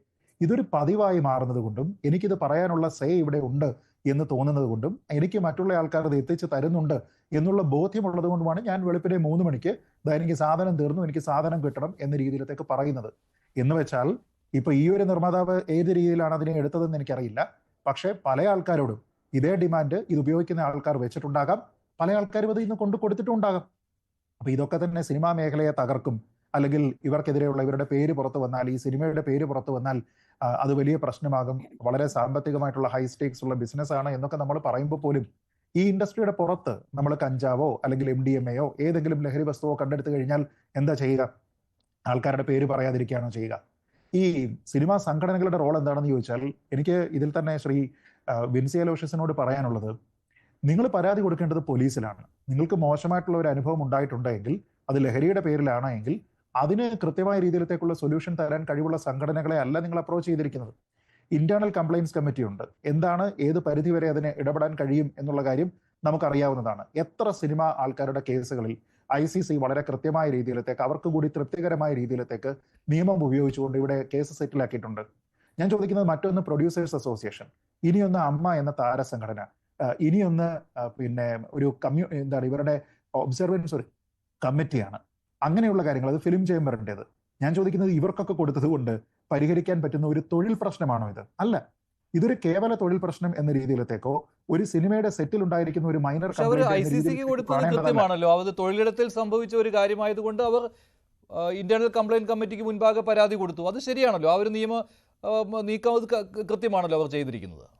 അല്ല, അതിൽ തൊഴിലിടത്ത് മാത്രമായി നമ്മൾ പരിമിതപ്പെടുത്തേണ്ടുന്ന ഒരു വിഷയമല്ല ഇത്. ഇതിൽ വളരെ ഗ്രോസ് ആയിട്ടുള്ള സ്ത്രീ വിരുദ്ധത ഉണ്ടായിട്ടുണ്ട്. അല്ലാതെ നമുക്ക് തൊഴിലിടത്തിൽ പ്രവർത്തിക്കുന്നതിനുള്ള സ്വാതന്ത്ര്യം നമുക്കവിടെ കിട്ടിയില്ല എന്നൊന്നും പറയുന്ന രീതിയിലത്തേക്കുള്ള കാര്യമല്ല. ഒരു സ്ത്രീക്ക് തൊഴിലിന്റെ ഭാഗമായിട്ട് അവർക്ക് വസ്ത്രം ചേഞ്ച് ചെയ്യുന്നതിനുള്ള ഒരു സമയത്ത്, അതിന് പോകുന്ന സമയത്ത് പോലും അവരോട് അശ്ലീലമായിട്ടുള്ള ഒരു കമന്റ് ഉണ്ടായിട്ടുണ്ട് എങ്കിൽ അത് കേവലം ICCയുടെ ഭാഗത്ത് നിൽക്കേണ്ടുന്ന ഒരു കംപ്ലൈന്റ് ആണെന്ന് ഞാൻ കരുതുന്നില്ല. അതിന് പുറമേയുള്ള മാനങ്ങൾ അതിലുണ്ട്. അവിടെ നടന്നിരിക്കുന്നത് ഒരു ക്രൈമാണ്, അല്ലെങ്കിൽ ഒരു ഇന്റന്റ് ടു ക്രൈമാണ്. അങ്ങനെയുള്ള കാര്യങ്ങൾ ചെയ്തിരിക്കുന്നതിനെ ഇവിടെ നോക്കുന്നതിന് വേണ്ടി ഒരു സംവിധാനം, എസ്റ്റാബ്ലിഷ്ഡ് ആയിട്ടുള്ള വ്യവസ്ഥാപിതമായിട്ടുള്ള ഒരു സംവിധാനം ഇവിടെയുണ്ട്. ആ സംവിധാനത്തിനെ കൂടി പ്രയോജനപ്പെടുത്തണം. അപ്പൊ ഇവർക്കൊക്കെ ഞാൻ പരാതി കൊടുത്തു, പിന്നീട് ആ പരാതി ഇവിടെ ലീക്കായി, അതുകൊണ്ട് എനിക്ക് ഈ സംഘടനകളിൽ വിശ്വാസമില്ല എന്ന് പറഞ്ഞാൽ ഞാൻ ചോദിക്കട്ടെ, അമ്മയ്ക്ക് പരാതി കൊടുത്തുകൊണ്ട് എന്താ ഗുണം? അമ്മ പറയൂ ഇനി മുതൽ പ്രൊഡ്യൂസേഴ്സും ഡയറക്ടേഴ്സും ഒന്നും തന്നെ ഷൈൻ ടോം ചാക്കോയെ വിളിക്കരുത് എന്ന് അമ്മ പറയുമോ? പ്രൊഡ്യൂസേഴ്സ് അസോസിയേഷന് കൊടുത്തു കഴിഞ്ഞാൽ അവരെന്താ ഇങ്ങനെ തീരുമാനിക്കുമോ? ഇയാൾക്കെതിരെ കംപ്ലൈന്റ് ഉള്ളതുകൊണ്ട് നമ്മൾ ഇനി ഇയാളെ വിളിച്ചിട്ട് ഒരു പടത്തിലും സഹകരിപ്പിക്കുന്നില്ല എന്ന്. ഞാൻ ചോദിച്ചാൽ, അങ്ങനെയാണെങ്കിൽ ഇവിടെ 2015 കേരളത്തിൽ രജിസ്റ്റർ ചെയ്തിരുന്ന ആദ്യത്തെ കൊക്കൈൻ കേസ് ഉണ്ടല്ലോ, ആ കൊക്കൈൻ കേസിൽ എങ്ങനെയാണ് ഷൈൻ ടോം ചാക്കോ രക്ഷപ്പെടുന്നത്? വെറും സാങ്കേതികത്വത്തിന്റെ പേരിലല്ലേ? അതായത് അവിടെ 1-ാം പ്രതിയുടെ അടുത്ത് നിന്ന് ഇത് കണ്ടെത്തി എന്നുള്ള ഒരു കാര്യമുണ്ട്. അവരൊരു സ്ത്രീ ആയതുകൊണ്ട് ഒരു വനിതയായിട്ടുള്ള ഗസറ്റഡ് ഓഫീസറുടെ സാന്നിധ്യം അവിടെ ഉണ്ടായിരുന്നില്ല.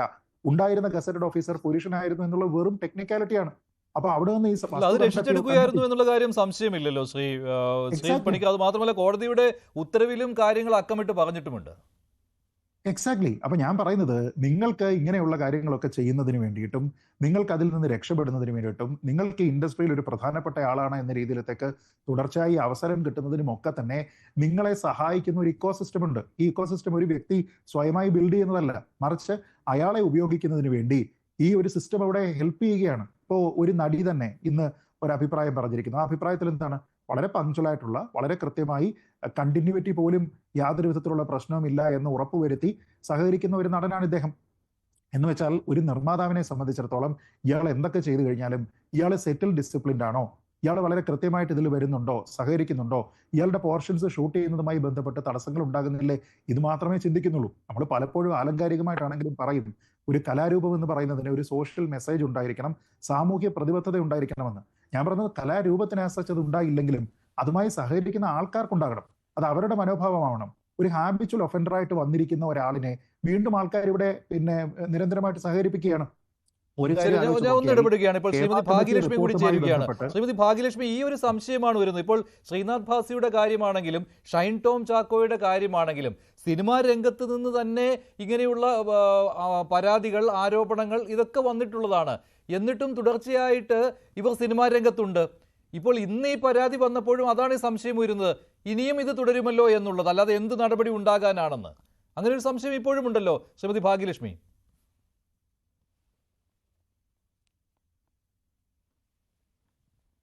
വരും ചില സാങ്കേതിക പ്രശ്നങ്ങളുണ്ട്. ശ്രീനാഥ് ഭാസിക്കെതിരെ പരാതി അത് അദ്ദേഹം പരാതിയായിട്ട് എവിടെയും കൊടുത്തിട്ടില്ല. പക്ഷേ അദ്ദേഹം പറഞ്ഞത് ഇങ്ങനെ ഷൈൻ ടോം ചാക്കോയ്ക്കെതിരെ ഇത്തരം വാർത്തകൾ പുറത്തു വന്നപ്പോൾ ഞാനങ്ങ് പറയുകയാണത്, എനിക്കുണ്ടായ ഒരു മോശം അനുഭവം പറയുകയാണ് എന്നാണ് ആ നിർമ്മാതാവ് പറഞ്ഞത്. അദ്ദേഹത്തിന്റെ വാക്കുകളൊന്ന് കേട്ടു നോക്കാം. ലഹരി വലിയ പ്രശ്നമാണ് ആ സെറ്റിൽ നടന്നുകൊണ്ടിരുന്നത്. കാരണം എന്റെ ഷൂട്ട് സമയത്ത് നടന്നിട്ടില്ല, ഇവനൊരു സമയത്ത് കിട്ടിയിട്ടില്ല, ഇവൻ പറഞ്ഞ ഒന്നും അനുസരിക്കുകയില്ല.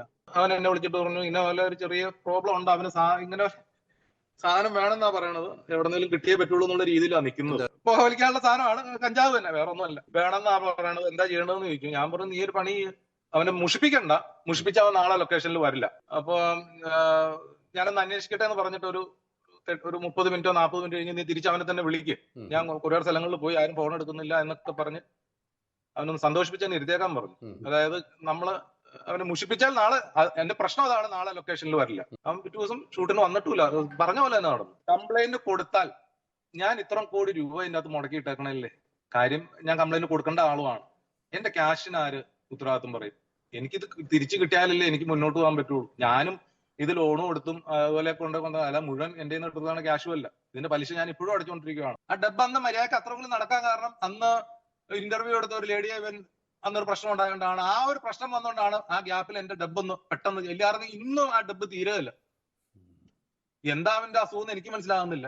ഈ പ്രൊഡ്യൂസർമാരെയും ഈ സിനിമാ മേഖലയുള്ളവരെ ഇങ്ങനെ ഇട്ട് ബുദ്ധിമുട്ടിക്കുന്നതിന്റെ എന്താ അതിൽ അവന് കിട്ടുന്നതെന്നൊന്നും എനിക്ക് മനസ്സിലാകുന്നില്ല. എന്താ ആനന്ദമാണ് അതിലുള്ളതെന്നുള്ളത്.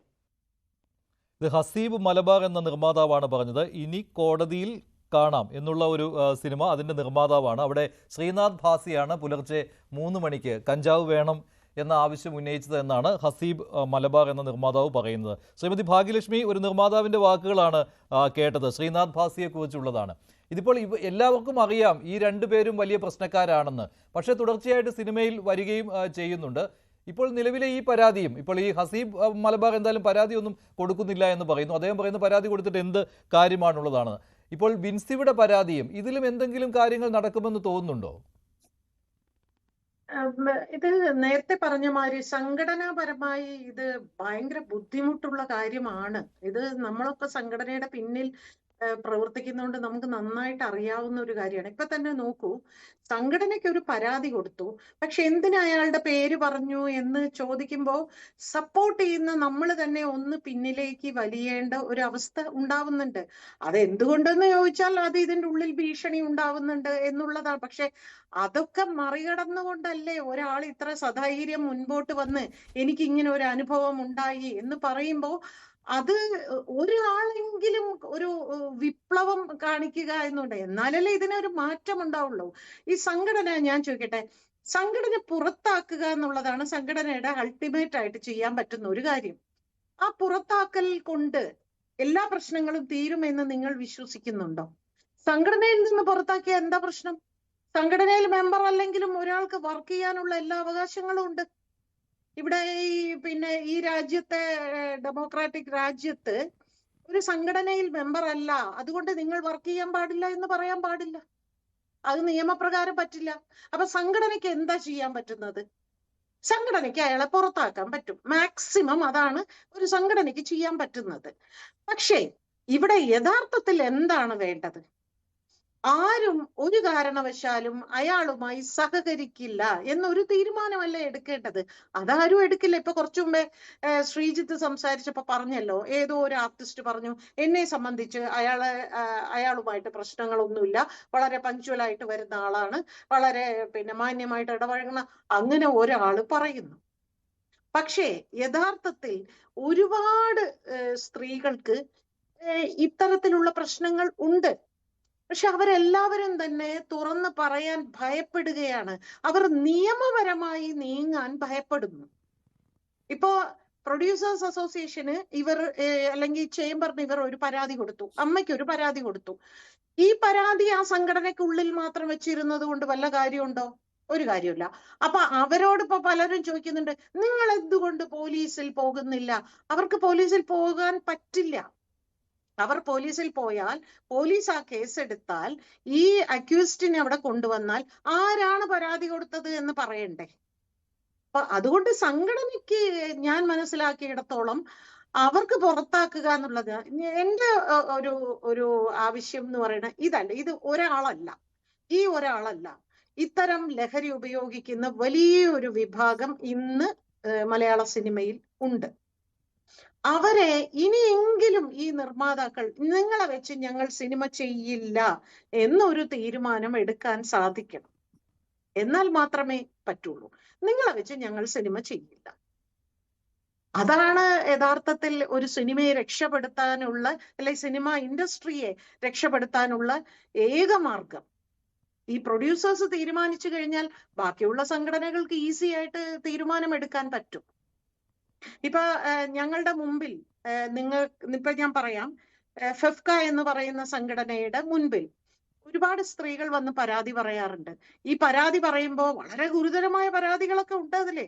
അപ്പൊ നമ്മൾ പറയും, ഇത് വളരെ ഗുരുതരമായ ഒരു പരാതിയാണ്, നമുക്ക് പിന്നെ പോലീസ് സ്റ്റേഷനിൽ ഒരു പരാതി കൊടുക്കാം, ഞങ്ങൾ വരാം, നിയമസഹായം ഞങ്ങൾ നടത്തി തരാം, ഞങ്ങൾ സാമ്പത്തികം ചെലവാക്കിക്കോളാം, എല്ലാ കാര്യങ്ങളും ഞങ്ങൾ ചെയ്യാം. അയ്യോ ഇല്ല, പോലീസിലൊന്നും പോകാൻ പറ്റില്ല. പിന്നെ എന്താണ് നിങ്ങളുടെ ആവശ്യം? അയാളെ 1 വർഷത്തേക്ക് സസ്പെൻഡ് ചെയ്യുക, എനിക്ക് കോമ്പൻസേഷൻ വാങ്ങിച്ചു തരിക. ഇതാണ് അവർ പറയുന്ന ആവശ്യം. എങ്ങനെയാണ് ഇവിടെ ഒരു തീരുമാനമെടുക്കാൻ അല്ലെങ്കിൽ ഒരു മാറ്റം ഉണ്ടാക്കാൻ സാധിക്കുന്നത് എങ്ങനെയാണെന്ന് മനസ്സിലാകുന്നില്ല. അങ്ങനെയാണെങ്കിൽ വരും ദിവസങ്ങളിലും ഈ ഷൈൻ ടോം ചാക്കോമാരും ശ്രീനാഥ് ഭാസിമാരും ഒക്കെ മലയാള സിനിമയിൽ ഈ വിലസൽ തുടരുക തന്നെ ചെയ്യും. കാരണം ഇവർ അത്രമാത്രം വിട്ടുവീഴ്ചകളാണ് അവർക്ക് വേണ്ടി കാണിച്ചുകൊണ്ടിരിക്കുന്നത്. അത്രമാത്രം വിട്ടുവീഴ്ചകളാണ് ഈ ലഹരി ഉപയോഗിക്കുന്നവർക്ക് വേണ്ടി കാണിച്ചുവിടും. നിങ്ങൾ ഒരു കാര്യം മനസ്സിലാക്കണം, ഇത് ലഹരി എന്ന് പറയുന്നത് നമ്മൾ ഈ പറയുന്ന മയക്കുമരുന്ന്, MDMA അത് മാത്രമല്ല. മദ്യപാനമാണെങ്കിൽ പോലും അടിച്ച് പൂസായിട്ട് വന്ന് ഈ സ്ത്രീകളോടൊപ്പം അഭിനയിച്ച് തോന്നിവാസം കാണിക്കുന്നൊക്കെ ഉണ്ട്. ഇതൊക്കെ സ്ത്രീകൾ നമ്മളോട് പറയാറുണ്ട്. പക്ഷെ അവർക്ക് പുറത്തു പറയാൻ പേടിയാണ്. അവർ വിലക്കപ്പെടും. അവരാണ് ഇവിടെ വിലക്കപ്പെടുന്നത്. അത് ഭയന്ന് അവര് ആരോടും ഒന്നും പറയില്ല. കാരണം എന്താ? ആ പെണ്ണിനെ വിളിക്കണ്ട കേട്ടോ, അത് ഉടനെ പരാതിയായിട്ട് അവിടെ ചെല്ലും, ഉടനെ അതിന്റെ പേരിൽ പിന്നെ സംഘടന നമ്മളെ വിളിക്കും. എന്തിനാണ് വെറുതെ? ഇത് എല്ലാം കൂടി കണക്റ്റഡ് ആണ്. ഇത് ആകെ കൺഫ്യൂസ്ഡ് ആണ് ഉള്ളത് മാത്രമല്ല, ഇവിടെ ആർക്കും ശക്തമായ ഒരു തീരുമാനം എടുക്കാൻ പറ്റില്ല. നിങ്ങൾ നോക്കൂ, പ്രൊഡ്യൂസേഴ്സ് അസോസിയേഷനിൽ പോലും ഈ വ്യക്തികളെ എതിർക്കുന്നവരും ഈ വ്യക്തികളെ സപ്പോർട്ട് ചെയ്യുന്നവരും 2 വിഭാഗം അവിടെ ഉണ്ടാവും. ശരി രഞ്ജിനി, ഇപ്പോൾ ഭാഗ്യലക്ഷ്മി പറയുന്നത് അസാധ്യമായ ഒരു കാര്യമാണ് നിലവിൽ ഈ ഇത്തരക്കാരെ ഒഴിവാക്കി നിർത്തുക എന്നുള്ളത്, അല്ലെങ്കിൽ നിർമ്മാതാക്കൾ സ്വയം വിചാരിക്കണമെന്ന്. താങ്കൾ അഭിപ്രായത്തോട് യോജിക്കുന്നുണ്ടോ? അത് ആരും ചെയ്യില്ലല്ലോ. കാരണം ആസ് എ പ്രൊഡ്യൂസർ അവര് പൈസ ഉണ്ടാക്കാനല്ലേ അവരുടെ അൾട്ടിമേറ്റ് എയിം. അപ്പോൾ ഇവരെ ഒഴിവാക്കിയാൽ അവർക്ക് നഷ്ടമാവി പോവില്ലേ? സോ അത് ആരും ചെയ്യൂല. ദ ഓൺലി സൊല്യൂഷൻ ഞാൻ നേരത്തെ പറഞ്ഞ പോലെ ഒരു ട്രൈബ്യൂണൽ മീൻസ് ഒരു കോൺഫിഡൻഷ്യാലിറ്റി ആൻഡ് അനോണിമിറ്റി പാലിക്കുന്ന ഒരു ഇതായിരിക്കണം. പിന്നെ നേരത്തെ ശ്രീജിത്ത് പറഞ്ഞത് ഈ പോലീസ് സ്റ്റേഷന് അങ്ങനെ നമുക്ക് പോകാൻ പറ്റില്ല. അത് മെയിൻ റീസൺ എന്ത് കാരണം കൊണ്ട് പോലീസ് സ്റ്റേഷൻ പോകാൻ പറ്റില്ല മീൻസ് ഒന്ന് മീഡിയ ഇന്റർവെൻഷൻ ആണ്. അത് സെൻസേഷൻ ഇപ്പൊ തന്നെ സെൻസേഷൻ ആയിപ്പോയല്ലോ. അതിനു വേണ്ടിയാണ് നമുക്ക് പോകുന്നത്, താല്പര്യപ്പെടുന്നില്ല, മടിക്കുന്നത്. സെക്കൻഡ് തിങ് ഈസ് ഈ പോലീസിൽ പോയിട്ട് കേസ് എത്ര പേർക്ക് ആ സ്റ്റെമിന ഉണ്ട് കേസ് നടത്താൻ? ഓക്കെ, അത് തകർന്നു പോവും. ഇത് കാരണം കൊണ്ടാണ് അവർ ഇവിടേക്കാണ് പറയുന്നത്. ഇത് തന്നെ association is not at all solution. അപ്പോൾ ഗവൺമെന്റ് എന്ത് ചെയ്യണം? ഈ റിപ്പോർട്ട് പ്രകാരം കമ്മിറ്റി ഒന്ന് ഇത് ചെയ്തു, അതൊക്കെ സൊല്യൂഷൻ വേണ്ടേ? അത് മാത്രമേ നമുക്ക് ചെയ്യാൻ പറ്റുള്ളൂ. അതർവൈസ് ഇത് ഇങ്ങനെ തന്നെ ഒരുപാട് വിൻസിമാരുണ്ട്. അത് ഇന്ന് ഈ വിൻസി വന്നിട്ടുണ്ട്, കുറെ പേര് മിണ്ടാതെ ഇരിക്കുന്നത്. ഇതാണ് ഈ ഫീൽഡില് ഒരു വലിയ പ്രശ്നം. ഈ അസോസിയേഷനോ ഈ ഫീൽഡിൽ കണക്ട് ചെയ്തവർ എന്ത് പറയാമോ? ഓ, നിനക്ക് വേണമെങ്കിൽ ഇത് സഹിക്കണമെങ്കിൽ ഈ ഫീൽഡ് നീ നിൽക്ക്, അതർവൈസ് നീ വേറെ ജോലി നോക്കിയിട്ട് പോ. ഇതാണ് സംഭവിക്കുന്നത്. അതുപോലെ തന്നെ ഞാൻ അതാണ് ചെയ്തിട്ട് പോയത്. I don't care. ഞാൻ ഈ ഫീൽഡ് ഞാൻ വളരെ പീക്ലിയാണ് ഞാൻ വിട്ടിട്ട് പോയത്. കാരണം എനിക്ക് ഫാമിലി ബാക്കപ്പ് ഉണ്ടായിരുന്നു. അങ്ങനെ എത്ര പേർക്ക് അങ്ങനെ ഉണ്ട്? എത്ര പേർക്ക് അങ്ങനെ ചെയ്യാൻ പറ്റും? ബിക്കോസ് തകർന്നു പോവും. ബിക്കോസ് നമ്മൾ ഒരു എന്താ പറയാ, കരിയർ ചേഞ്ച് ചെയ്യാൻ വളരെ ബുദ്ധിമുട്ട്. ഫ്രം ആക്ടിങ്ങിലിരുന്ന് വേറെ രീതിയിൽ മാറുന്നെങ്കിൽ അതൊക്കെ ഒരുപാട് മെന്റൽ സ്റ്റാമിന വേണം. ശരിയാണ്. ശരി രഞ്ജിനി, ഭാഗ്യലക്ഷ്മി മറ്റൊരു കാര്യം കൂടി, ശ്രീമതി ഭാഗ്യലക്ഷ്മി മറ്റൊരു കാര്യം കൂടി, ഞാൻ ഈ ഫെഫ്കയുടെ ഒരു പ്രഖ്യാപനം ഇവിടെ നേരത്തെ പറഞ്ഞിരുന്നു. അതായത് സിനിമാ സെറ്റുകളിൽ ലഹരി ഉപയോഗിക്കുന്നവരെ കണ്ടെത്തും, അവരെ ഒറ്റപ്പെടുത്തും, ഒഴിവാക്കി നിർത്തും എന്നൊക്കെ പറഞ്ഞിരുന്നു. ബി ഉണ്ണികൃഷ്ണൻ തന്നെയാണ് അങ്ങനെ പറഞ്ഞിരുന്നത്. അതിനൊരു ജാഗ്രതാ സമിതി ഉണ്ടാക്കുമെന്നാണ്. അതുകൊണ്ട് പോലീസിനോ എക്സൈസിനോ ഒന്നും സിനിമാ സെറ്റുകളിലേക്ക് കടന്നു വരേണ്ട ഒരു ആവശ്യം ഉണ്ടാവുകയില്ല എന്നും അദ്ദേഹം അടിവരയിട്ട് പറഞ്ഞിരുന്നു. പക്ഷെ അതൊന്നും നടക്കുന്നില്ലല്ലോ. ഇത്തരം കാര്യങ്ങളൊക്കെ സിനിമാ സംഘടനകൾക്ക് ചെയ്യാവുന്നതല്ലേ? അത് പ്രഖ്യാപനത്തിൽ ഒതുങ്ങുകയാണല്ലോ. ഇത് നടക്കുന്നുണ്ടോ ഇല്ലയോ എന്നുള്ളത് നമ്മൾ അന്വേഷിച്ച് കണ്ടെത്തട്ടെ. എനിക്കറിയില്ല അങ്ങനെ. കാരണം ഞാൻ ഈ ഷൂട്ടിങ്ങുമായിട്ട് എനിക്ക് ഒരു ബന്ധമില്ലാത്തത് കൊണ്ട് ഒരു സെറ്റിൽ ഇങ്ങനെയൊക്കെ ഒരു അന്വേഷണ കമ്മിറ്റി ഉണ്ടോ, അത് അന്വേഷിക്കുന്നുണ്ടോ എന്ന് കൂടി സംഘടന അന്വേഷിക്കണം എന്നാണ്. അത് അല്ലെങ്കിൽ അത് ജനറൽ ബോഡിയിൽ പറയുകയോ അത് പ്രസ്താവന ഇറക്കുകയോ എന്തെങ്കിലും വേണം. ഇപ്പൊ എനിക്ക് മനസ്സിലാവാത്ത ഒരു കാര്യം, ഇപ്പൊ വിൻസി ഉണ്ടായിരുന്ന ഈ സംഭവം നടന്ന സിനിമയുടെ സെറ്റിൽ ICC ഉണ്ടായിരുന്നോ? വിൻസി ICCയോട് പരാതിപ്പെട്ടിരുന്നോ എന്നൊരു ചോദ്യം. ഇപ്പോൾ പരാതിപ്പെട്ടിട്ടുണ്ടെന്നാണല്ലോ. അപ്പോൾ ICC അല്ല, വിൻസി ആക്ച്വലി ആ വീഡിയോയിൽ ഞാൻ കേട്ടതിൽ അവർ ICCയോട് പരാതി പറഞ്ഞു എന്നവർ വീഡിയോയിൽ പറഞ്ഞിട്ടില്ല.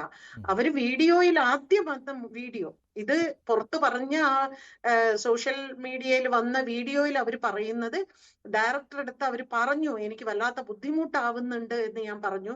അപ്പോ പിന്നെ പ്ലീസ് ഒന്ന് അഡ്ജസ്റ്റ് ചെയ്യണം. അങ്ങനെ ഞാൻ അഡ്ജസ്റ്റ് ചെയ്ത് തീർക്കുകയാണ് ചെയ്തത്. ഇനി ഒരു പക്ഷേ വിൻസി അങ്ങനെ സെറ്റിൽ പറഞ്ഞിട്ടുണ്ട് എങ്കിൽ അത് ആ കമ്മിറ്റി ഏത് സംഘടനയെയാണ് ബോധിപ്പിച്ചത്?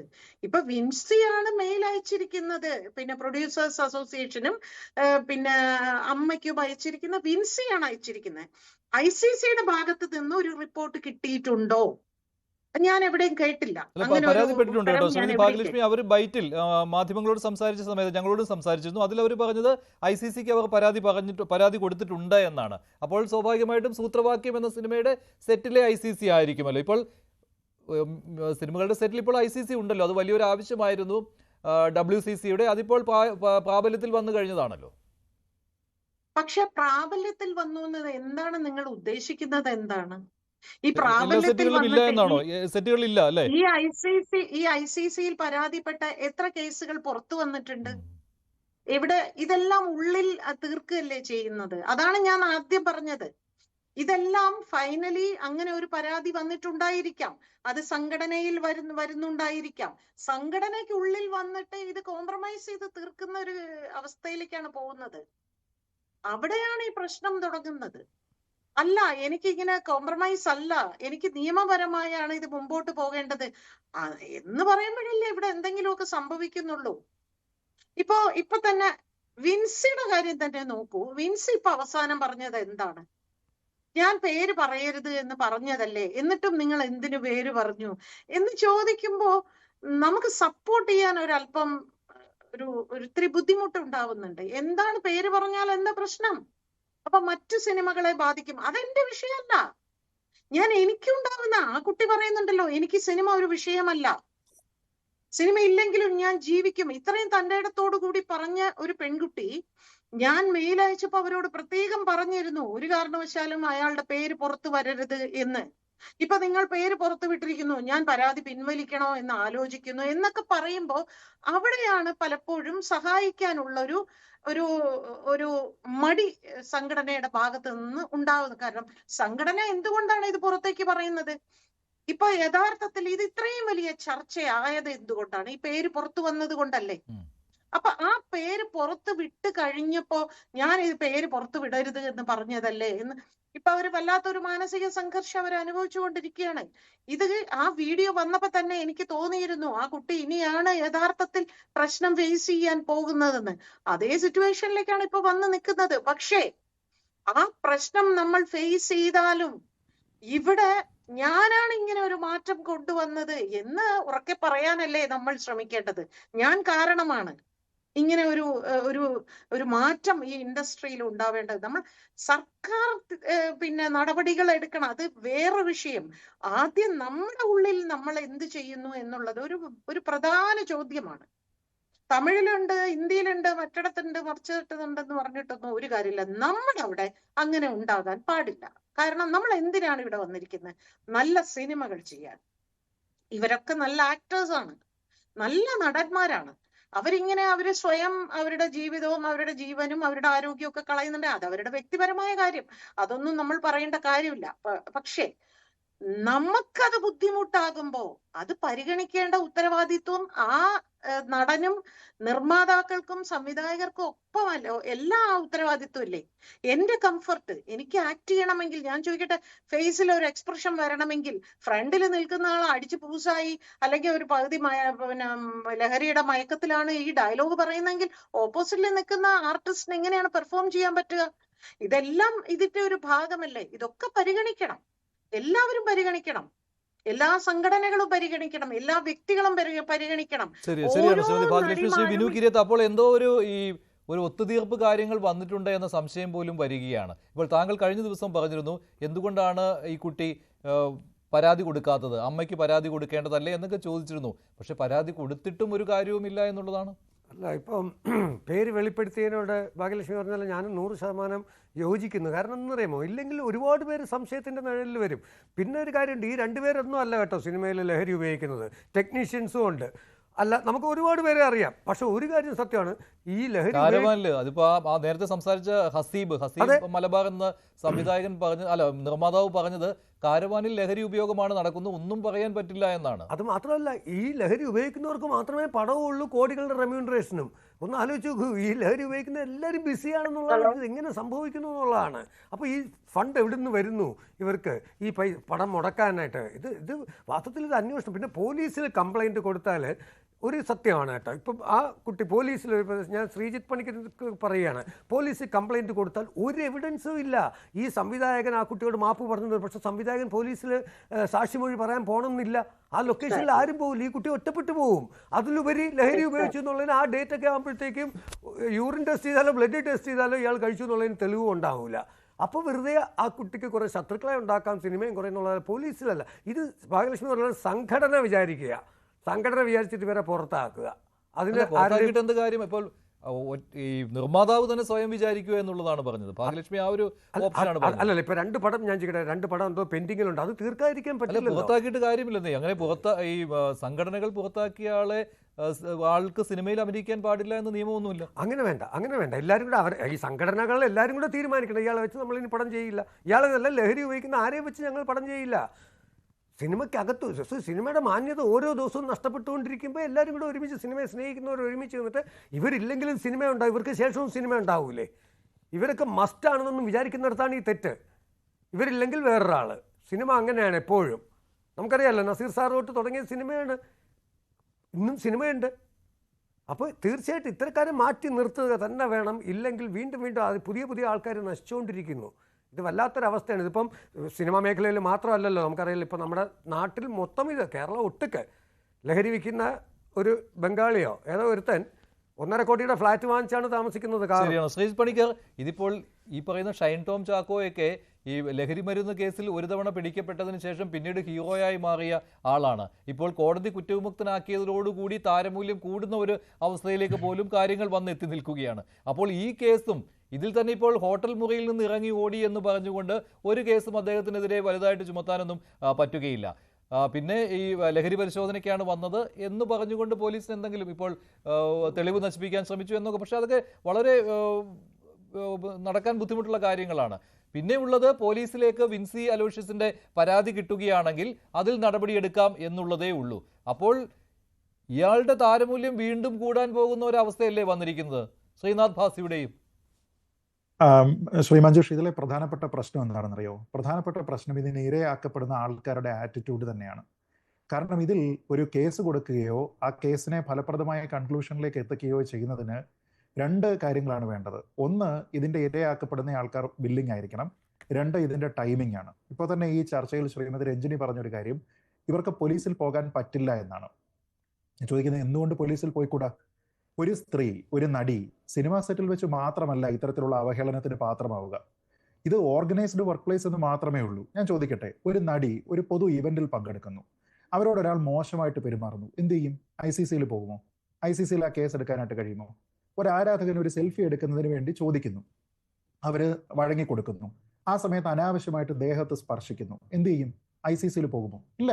ഈ നാട്ടിലെ നിയമങ്ങളുണ്ട്. അവർക്ക് അതിൽ പരാതി കൊടുക്കണമെങ്കിൽ അവർ പോലീസിൽ പോയേ പറ്റുകയുള്ളൂ.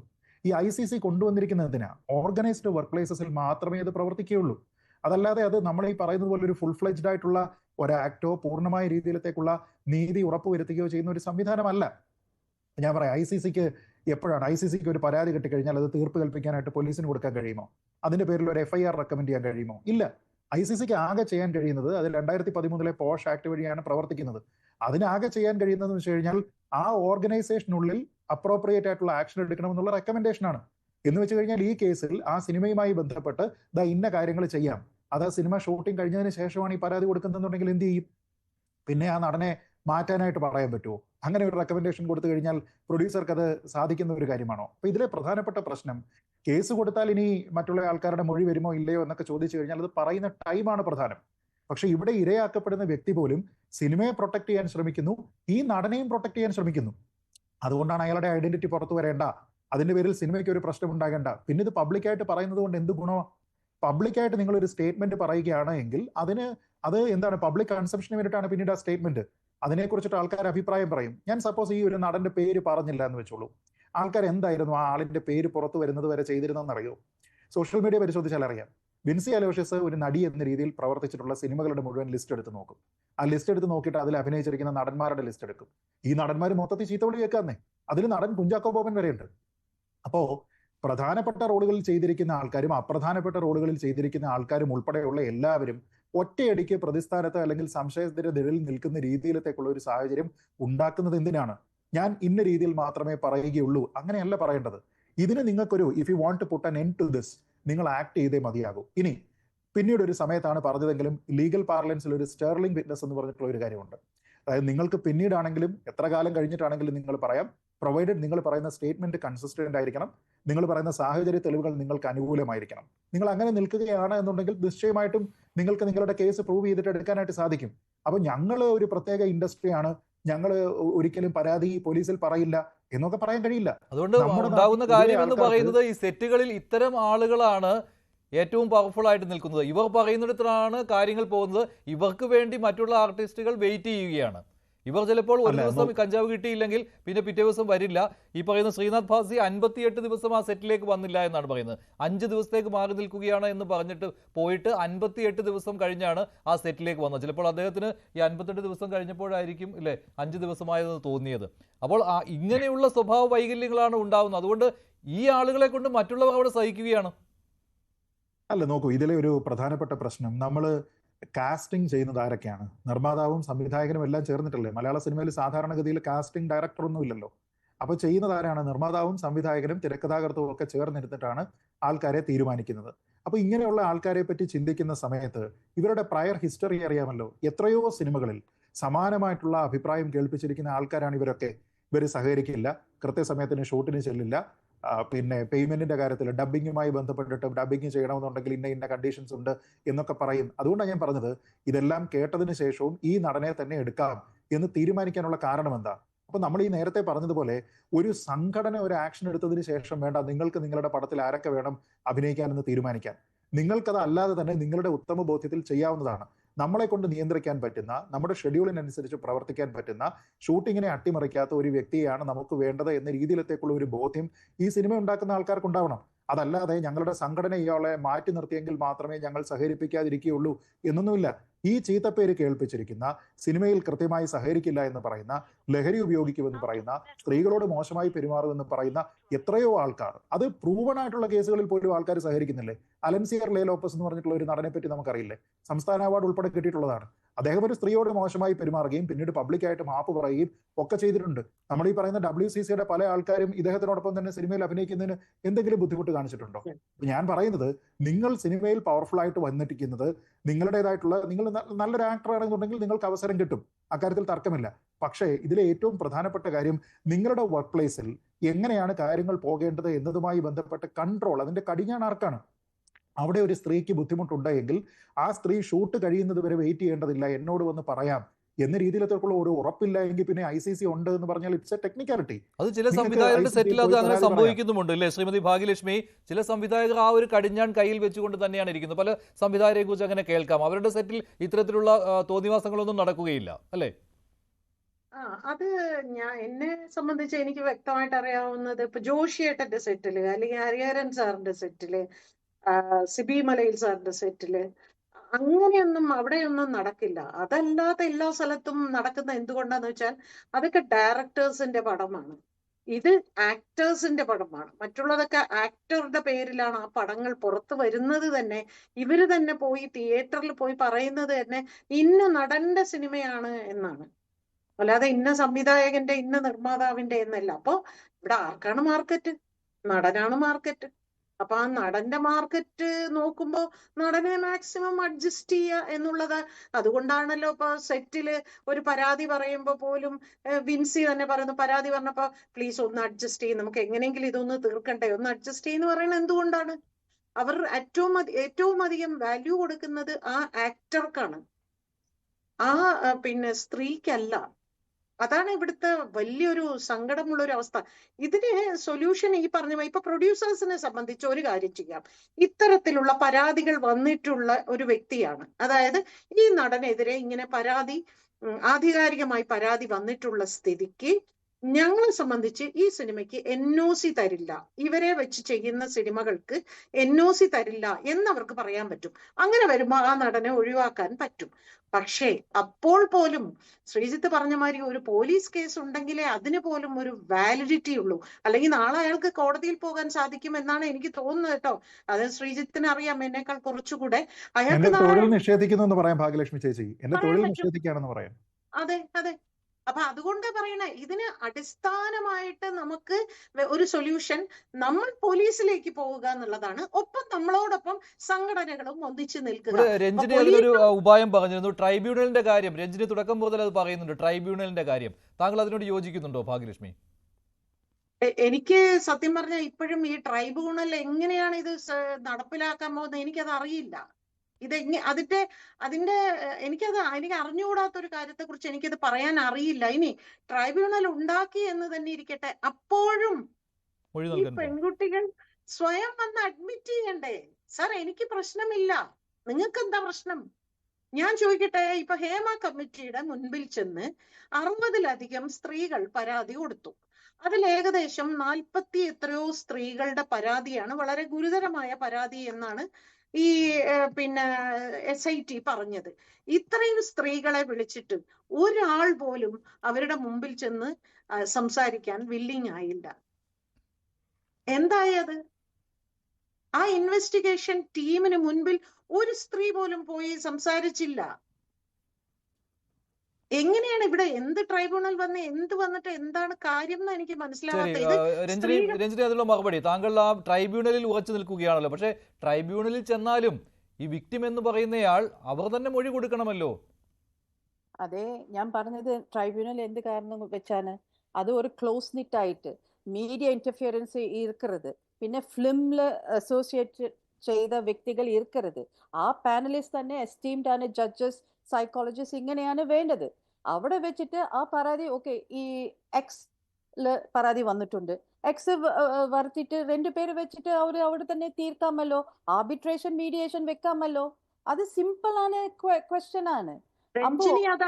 രഞ്ജിനി അവര് വില്ലിങ് ആവില്ല, ഈ സ്ത്രീകൾ ചേച്ചി വില്ലിങ് ആവും. ആരെങ്കിലും ഒരു പരാതി പോയാ മതി, അപ്പൊ ചീറ്റ് പോലെ പീപ്പിൾ വിൽ കം.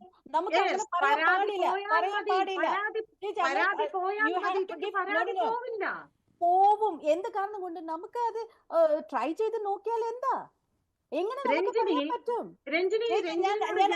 ഞാനത് അഗെയിൻസ്റ്റ് ആണ് ചേച്ചി. കാരണം ഇപ്പൊ തന്നെ ചേച്ചി പറഞ്ഞല്ലോ, ICC ഈ പരാതി ചില സെറ്റിൽ ICC ഉണ്ട്, പിന്നെ അവിടെ പരാതി വരുന്നുണ്ട്. ഓക്കെ, എന്ത് കാരണം കൊണ്ട് ICC ഇപ്പൊ പരാതി തുടങ്ങിയിട്ടുണ്ട്, പരാതി വരാൻ കാരണം ഓക്കെ ഇത് നമുക്ക് പോയി ട്രൈ ചെയ്യാം. അത് കാരണം കൊണ്ടാണ് അവിടെ പരാതികൾ പോകുന്നുണ്ട്. അതേപോലെ ട്രൈബ്യൂണൽ ഉണ്ടെങ്കിൽ 1-2 കേസ് വന്നാക്ക സ്ഥിരമായിട്ട് ആൾക്കാർ അവിടെ വരും. നമുക്ക് പറയാൻ പറ്റില്ല. രഞ്ജിനി എപ്പോഴെങ്കിലും സംഘടനയുടെ ഭാഗത്തിരുന്ന് സ്ത്രീകൾ പരാതിയുമായി വരുന്നത് കണ്ടിട്ടുണ്ടോ? അവര് വന്ന് പറയുന്ന എന്താണെന്നറിയോ? എനിക്ക് പരാതി ഇല്ല, എനിക്ക് കോമ്പൻസേഷൻ മതി, എനിക്ക് പരാതിപ്പെടാൻ താല്പര്യമില്ല, എനിക്ക് അല്ല, അവര് എന്ത് കാരണം കൊണ്ട് അങ്ങനെ വരുന്നത്? അവർക്ക് പേടി. ബിക്കോസ് അസോസിയേഷനിൽ വന്ന് പരാതി പറഞ്ഞാലേ അവിടെ ഒരു ഡിഫറൻസ് ഉണ്ട് ചേച്ചി, അവിടെ ഒരു ഡിഫറൻസ് ഉണ്ട്. അസോസിയേഷന് വന്ന് പരാതി പറഞ്ഞാൽ നമ്മളുടെ അസോസിയേഷൻ എല്ലാവരും ക്ലോസ് നീറ്റാണ്, എല്ലാവരെയും അറിയാം. അപ്പൊ അവർക്ക് അതാണ് പേടി. അവിടെ വന്നിട്ട് കറക്റ്റ് ആയിട്ട് പരാതി പറയുമ്പോ എന്റെ പേര് ഇവർ തന്നെ പുറത്ത്. ഇപ്പോ ഈ എന്താ പറയാ, ഈ വിൻസിയുടെ കേസിലെ ലീക്ക് ആയത് എങ്ങനെയാണ്? അവിടെ നമുക്ക് we have to be careful ആയിട്ട് നമുക്ക് അത് അനലൈസ് ചെയ്യണം, എങ്ങനെ ലീക്ക് ആയത്. ഇതുപോലെ തന്നെ അവിടെ പരാതി വന്നാലും ലീക്കേജ് ആവുന്നുണ്ട്. അപ്പൊ ആരാണ് വിക്ടിമൈസ് ആവുന്നത്? പക്ഷേ ട്രൈബ്യൂണൽ ഉണ്ടെങ്കിലേ അവിടെ പരാതി അവിടെ തന്നെ നിൽക്കും, പുറത്ത് പോവില്ല. അതാണ് അവിടെയാണ് difference between an association and between a legislation. പക്ഷെ അങ്ങനെ ഒരു രഹസ്യാത്മകത അത് സൂക്ഷിക്കുവാനായിട്ട് ഒരു ട്രൈബ്യൂണലിന് കഴിയുമോ ശ്രീമതി രഞ്ജിനി? അല്ല മഞ്ജുഷ, അത് കഴിയുമോ കഴിയില്ലേ എന്നുള്ളതല്ല വിഷയം. ഇവിടുത്തെ സ്ത്രീകൾ നിയമപരമായി ഇത് മുൻപോട്ട് പോകാൻ അവർക്ക് ഇത് സിനിമയിലെന്നല്ല, സാധാരണ സ്ത്രീകൾക്കാണെങ്കിലും പുറം ലോകത്ത് ഒരു ഓഫീസിൽ ഞാൻ ചോദിക്കട്ടെ, ഇവിടെ എല്ലാ വൈശാഖ കമ്മിറ്റിയുടെ റിപ്പോർട്ട് പ്രകാരം എല്ലാ വർക്കിംഗ് പ്ലേസിലും, എല്ലാ സർക്കാർ പിന്നെ ഉദ്യോഗ തലത്തിലും അതല്ലാതെ പ്രൈവറ്റ്, അവിടെ എല്ലാം ഈ പറയുന്ന ഓരോ പ്രശ്നങ്ങൾ ഉണ്ടാവും. അവർ പറയുന്നത് എന്താണെന്നറിയാമോ? എല്ലാവരും പറയുന്നത് എന്റെ തൊഴിൽ എനിക്ക് പ്രൊമോഷൻ നിഷേധിക്കപ്പെടും. പെർമനന്റ് ഉദ്യോഗമുള്ളവരാണ് പറഞ്ഞത്. ഞാൻ ചോദിക്കട്ടെ, ഈ ട്രൈബ്യൂണലിന്റെ മുമ്പിൽ പോയി പറഞ്ഞാലും സംഘടനയെ സംബന്ധിച്ച് അവർ ഒരു ശത്രുവായി തന്നെയാണ് മാറുന്നത്. അപ്പോഴും അവർക്ക് പണിയില്ലാതെയാകും. അപ്പൊ സ്ത്രീകൾ ഭയപ്പെടും. രഞ്ജിനി, ഞാൻ പറയുന്ന അതാണ്, സ്ത്രീകൾ ഭയപ്പെടും. അസോസിയേഷനൊക്കെ എങ്ങനെ അറിയണേ? എനിക്കറിയാമല്ലോ. രഞ്ജിനി, നമ്മള് സംഘടനയുടെ ഭാഗത്ത് നിന്ന് ഒരുപാട് സ്ത്രീകളുമായിട്ട് ഇത് സംസാരിക്കുന്നുണ്ട് പേഴ്സണലി. അതായത് കംപ്ലൈന്റ് ആയിട്ടല്ല, പേഴ്സണലി അവരെ പറഞ്ഞ് മനസ്സിലാക്കാറുണ്ട്. നിങ്ങൾ ദയവ് ഇതൊന്ന് മനസ്സിലാക്ക്, ഇത് വളരെ ഗുരുതരമായ വിഷയമാണ്. ഇത് വളരെ രഹസ്യമായിട്ട് ഇത് പോലീസ് വഴി നമുക്ക് ഡീൽ ചെയ്യാം. പേരും ഒന്നും പുറത്ത് ഇല്ല, ഒന്നിനും ഞങ്ങൾ വില്ലിങ് അല്ല, ഞങ്ങൾക്ക് പൈസ തന്ന ഞങ്ങൾ ഇവിടെ അങ്ങ് മനസമാനമായിട്ട് ജോലി ചെയ്തോട്ടെ എന്നാണ് സ്ത്രീകൾ പറയുന്നത്. ഭയങ്കര കോംപ്ലിക്കേറ്റഡ് ആണ് രഞ്ജിനി, ഇത് ഭയങ്കര കോംപ്ലിക്കേറ്റഡ് ആണ്. ഇനി ട്രൈബ്യൂണലല്ല, എന്ത് വന്നാലും ശരി, സ്ത്രീകൾ സധൈര്യം മുൻപോട്ട് വരിക എന്നുള്ളതാണ് ഇതിന്റെ അടിസ്ഥാനപരമായ ആവശ്യം. അങ്ങനെയാണെങ്കിൽ ഷൈൻ ടോം ചാക്കോമാരെയും ശ്രീനാഥ് ഭാസിമാരെയും ഒഴിവാക്കുവാൻ കഴിയും. നന്ദി. ചർച്ചയിൽ പങ്കെടുത്ത എല്ലാവർക്കും ഇന്നത്തെ ചോദ്യം ഇതായിരുന്നു: ഷൈൻ ടോം ചാക്കോയെ സിനിമയിൽ നിന്ന് മാറ്റി നിർത്തണോ? വേണമെന്ന് 80% പ്രേക്ഷകർ. വേണ്ടി അവസാനിക്കുന്നു. നന്ദി, നമസ്കാരം.